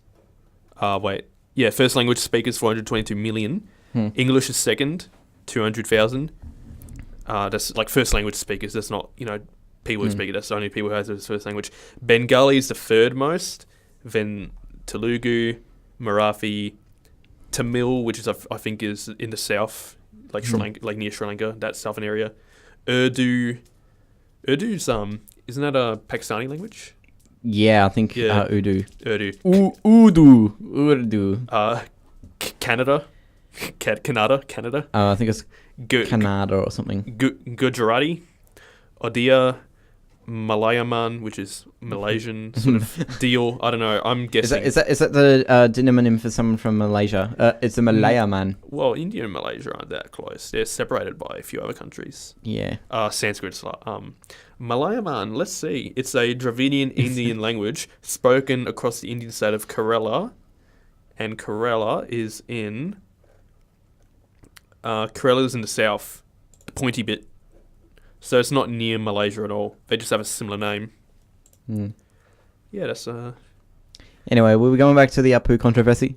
Were we? I thought we were talking about Bladerunner. Yeah. I just wanted to bring it up because somebody said that we were talking about the Apu controversy because we were talking about SJWs and how they're all super sensitive. They're just a bunch of clowns. They're just stereotypes to themselves. They don't even realise it. Yeah, I don't understand why this whole controversy was a thing because it was just a voice and a character. What are you gonna do next? You're gonna go to Krusty the Clown because there's a racial stereotype. He's like a stereotype of Jewish people. I mean, the only only episodes where he brings up his Jewish past is when he gets into fights with his father about him being a clown. Like Krusty being Jewish is barely mentioned at all. Most of the jokes are him just being a stingy businessman. You know, like bad or like. I'm kidding. You can't say that on air. You can't say that on the internet. Don't worry, we're not on air. Nobody's listening to us. Yeah. Yeah. We don't. Yeah, we're not. Yeah, I think I don't know. Somebody brought up the fact that political correctness will be the death of comedy. Well, thoughts. It's sort of looking that way, I suppose. Yeah. Yeah. You know, if you remove what's acceptable to talk about, you've got nothing else to talk about. You've got to make a joke about anything. I mean, would I agree to that? I've got a pretty I'm a pretty edgy person. I've got a pretty edgy sense of humor, but like I don't have an objection to edgy jokes. You know, it's just harmless. Like I watched Jimmy Carr last night on Netflix, and he basically made like the most sort of offensive jokes that I could sort of possibly imagine, but I not once did I consider like going onto the Netflix and saying, "Dear Netflix people, how dare you put this shit on the internet? This was offensive. It offended me, not only on a personal level, but on a level blah blah blah, etc. Because he talked about like disabled people and like people like Jewish and like just basically homophobia and stuff. But okay. I found it funny. I'm sorry. Anything's funny. You just got to be chill about it. Yeah. Just need to learn to take a fucking joke. Apu is not a joke, by the way. It's just, there's a page called The Problem with Apu. Yep. Oh, there's a Wikipedia page for it, is it? Streaming now on True TV. Yep. 2017 documentary film. How much do you think these foam panels are worth? The ones on the wall? I would have thought they were probably about. Like, where can you buy them? Is there like a surplus store of like film stuff? Have you gone to Video Pro? There's a website called Video Pro. I think they have like a warehouse in Fishwick. Oh, okay, yeah. Where I think you buy it online and you can either pick it up or they send it out to you. They have like a ton of professional stuff on there. Oh, right, yeah. And they might sell these foam pads. Which suburb? Fishwick? It's in Fishwick, but I don't think they have a physical store. Oh, it's an online thing? It's an online thing. They just have a warehouse. I think they have a warehouse in Fishwick. Oh, I think it's called Video Pro. Video Pro. I think so. All right, I'll have to check it out. Hold on, I think it's called Video Pro. Yeah, 30 years of experience, Video Pro, blah, blah, blah. Oh, no, is it? Are they a Canberra-based thing, or are they sort of all over? I thought it was called Video Pro, but this website looks way different. They might have updated their website. I don't know. It looked different than this. No, it wasn't Video Pro, it was Video Craft.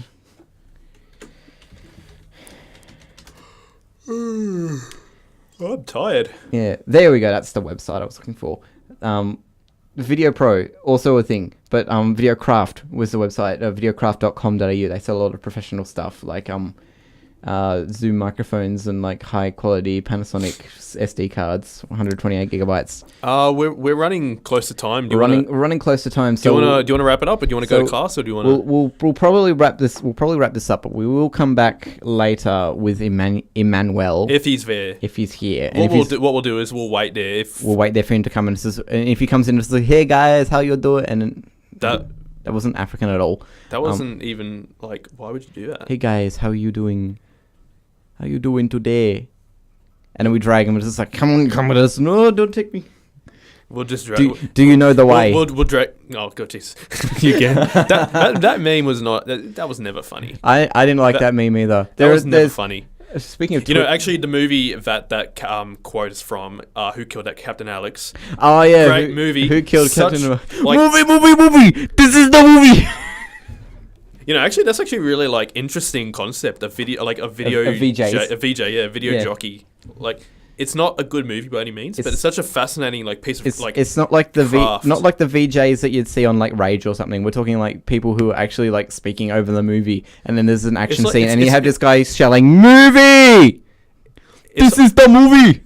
It's almost Who killed Captain Alex? Is the movie? It's like a commentary. What the fuck? There's that one scene where he's just like on the beach and he's just looking backwards, and then the VJ's just like, "What the fuck?" No. I just thought I had an idea. Blade Runner with us as VJs. We should make a cut of Blade Runner with we can be like an unofficial video jockey, both of us. Yes, we should. Which is basically the same as my commentary idea that I had earlier. We just get like Emmanuel as well. We get like an actual African. No, that's racist. But we just get what country is Emmanuel from, by the way? Do you know? Because he's from Perth originally, but is he like? Because he's obviously got an African accent. So is he from? Which country? Do you know? Do you think he's an Australian by first generation or second generation? Not sure. We can ask him. Yeah, we could ask him. I'm guessing Nigeria. Well, that's a guess. Do you know anyone from Nigeria? Yes. Oh, okay, cool. That's a good guess. That's a good guess, man. That's a good guess. Right.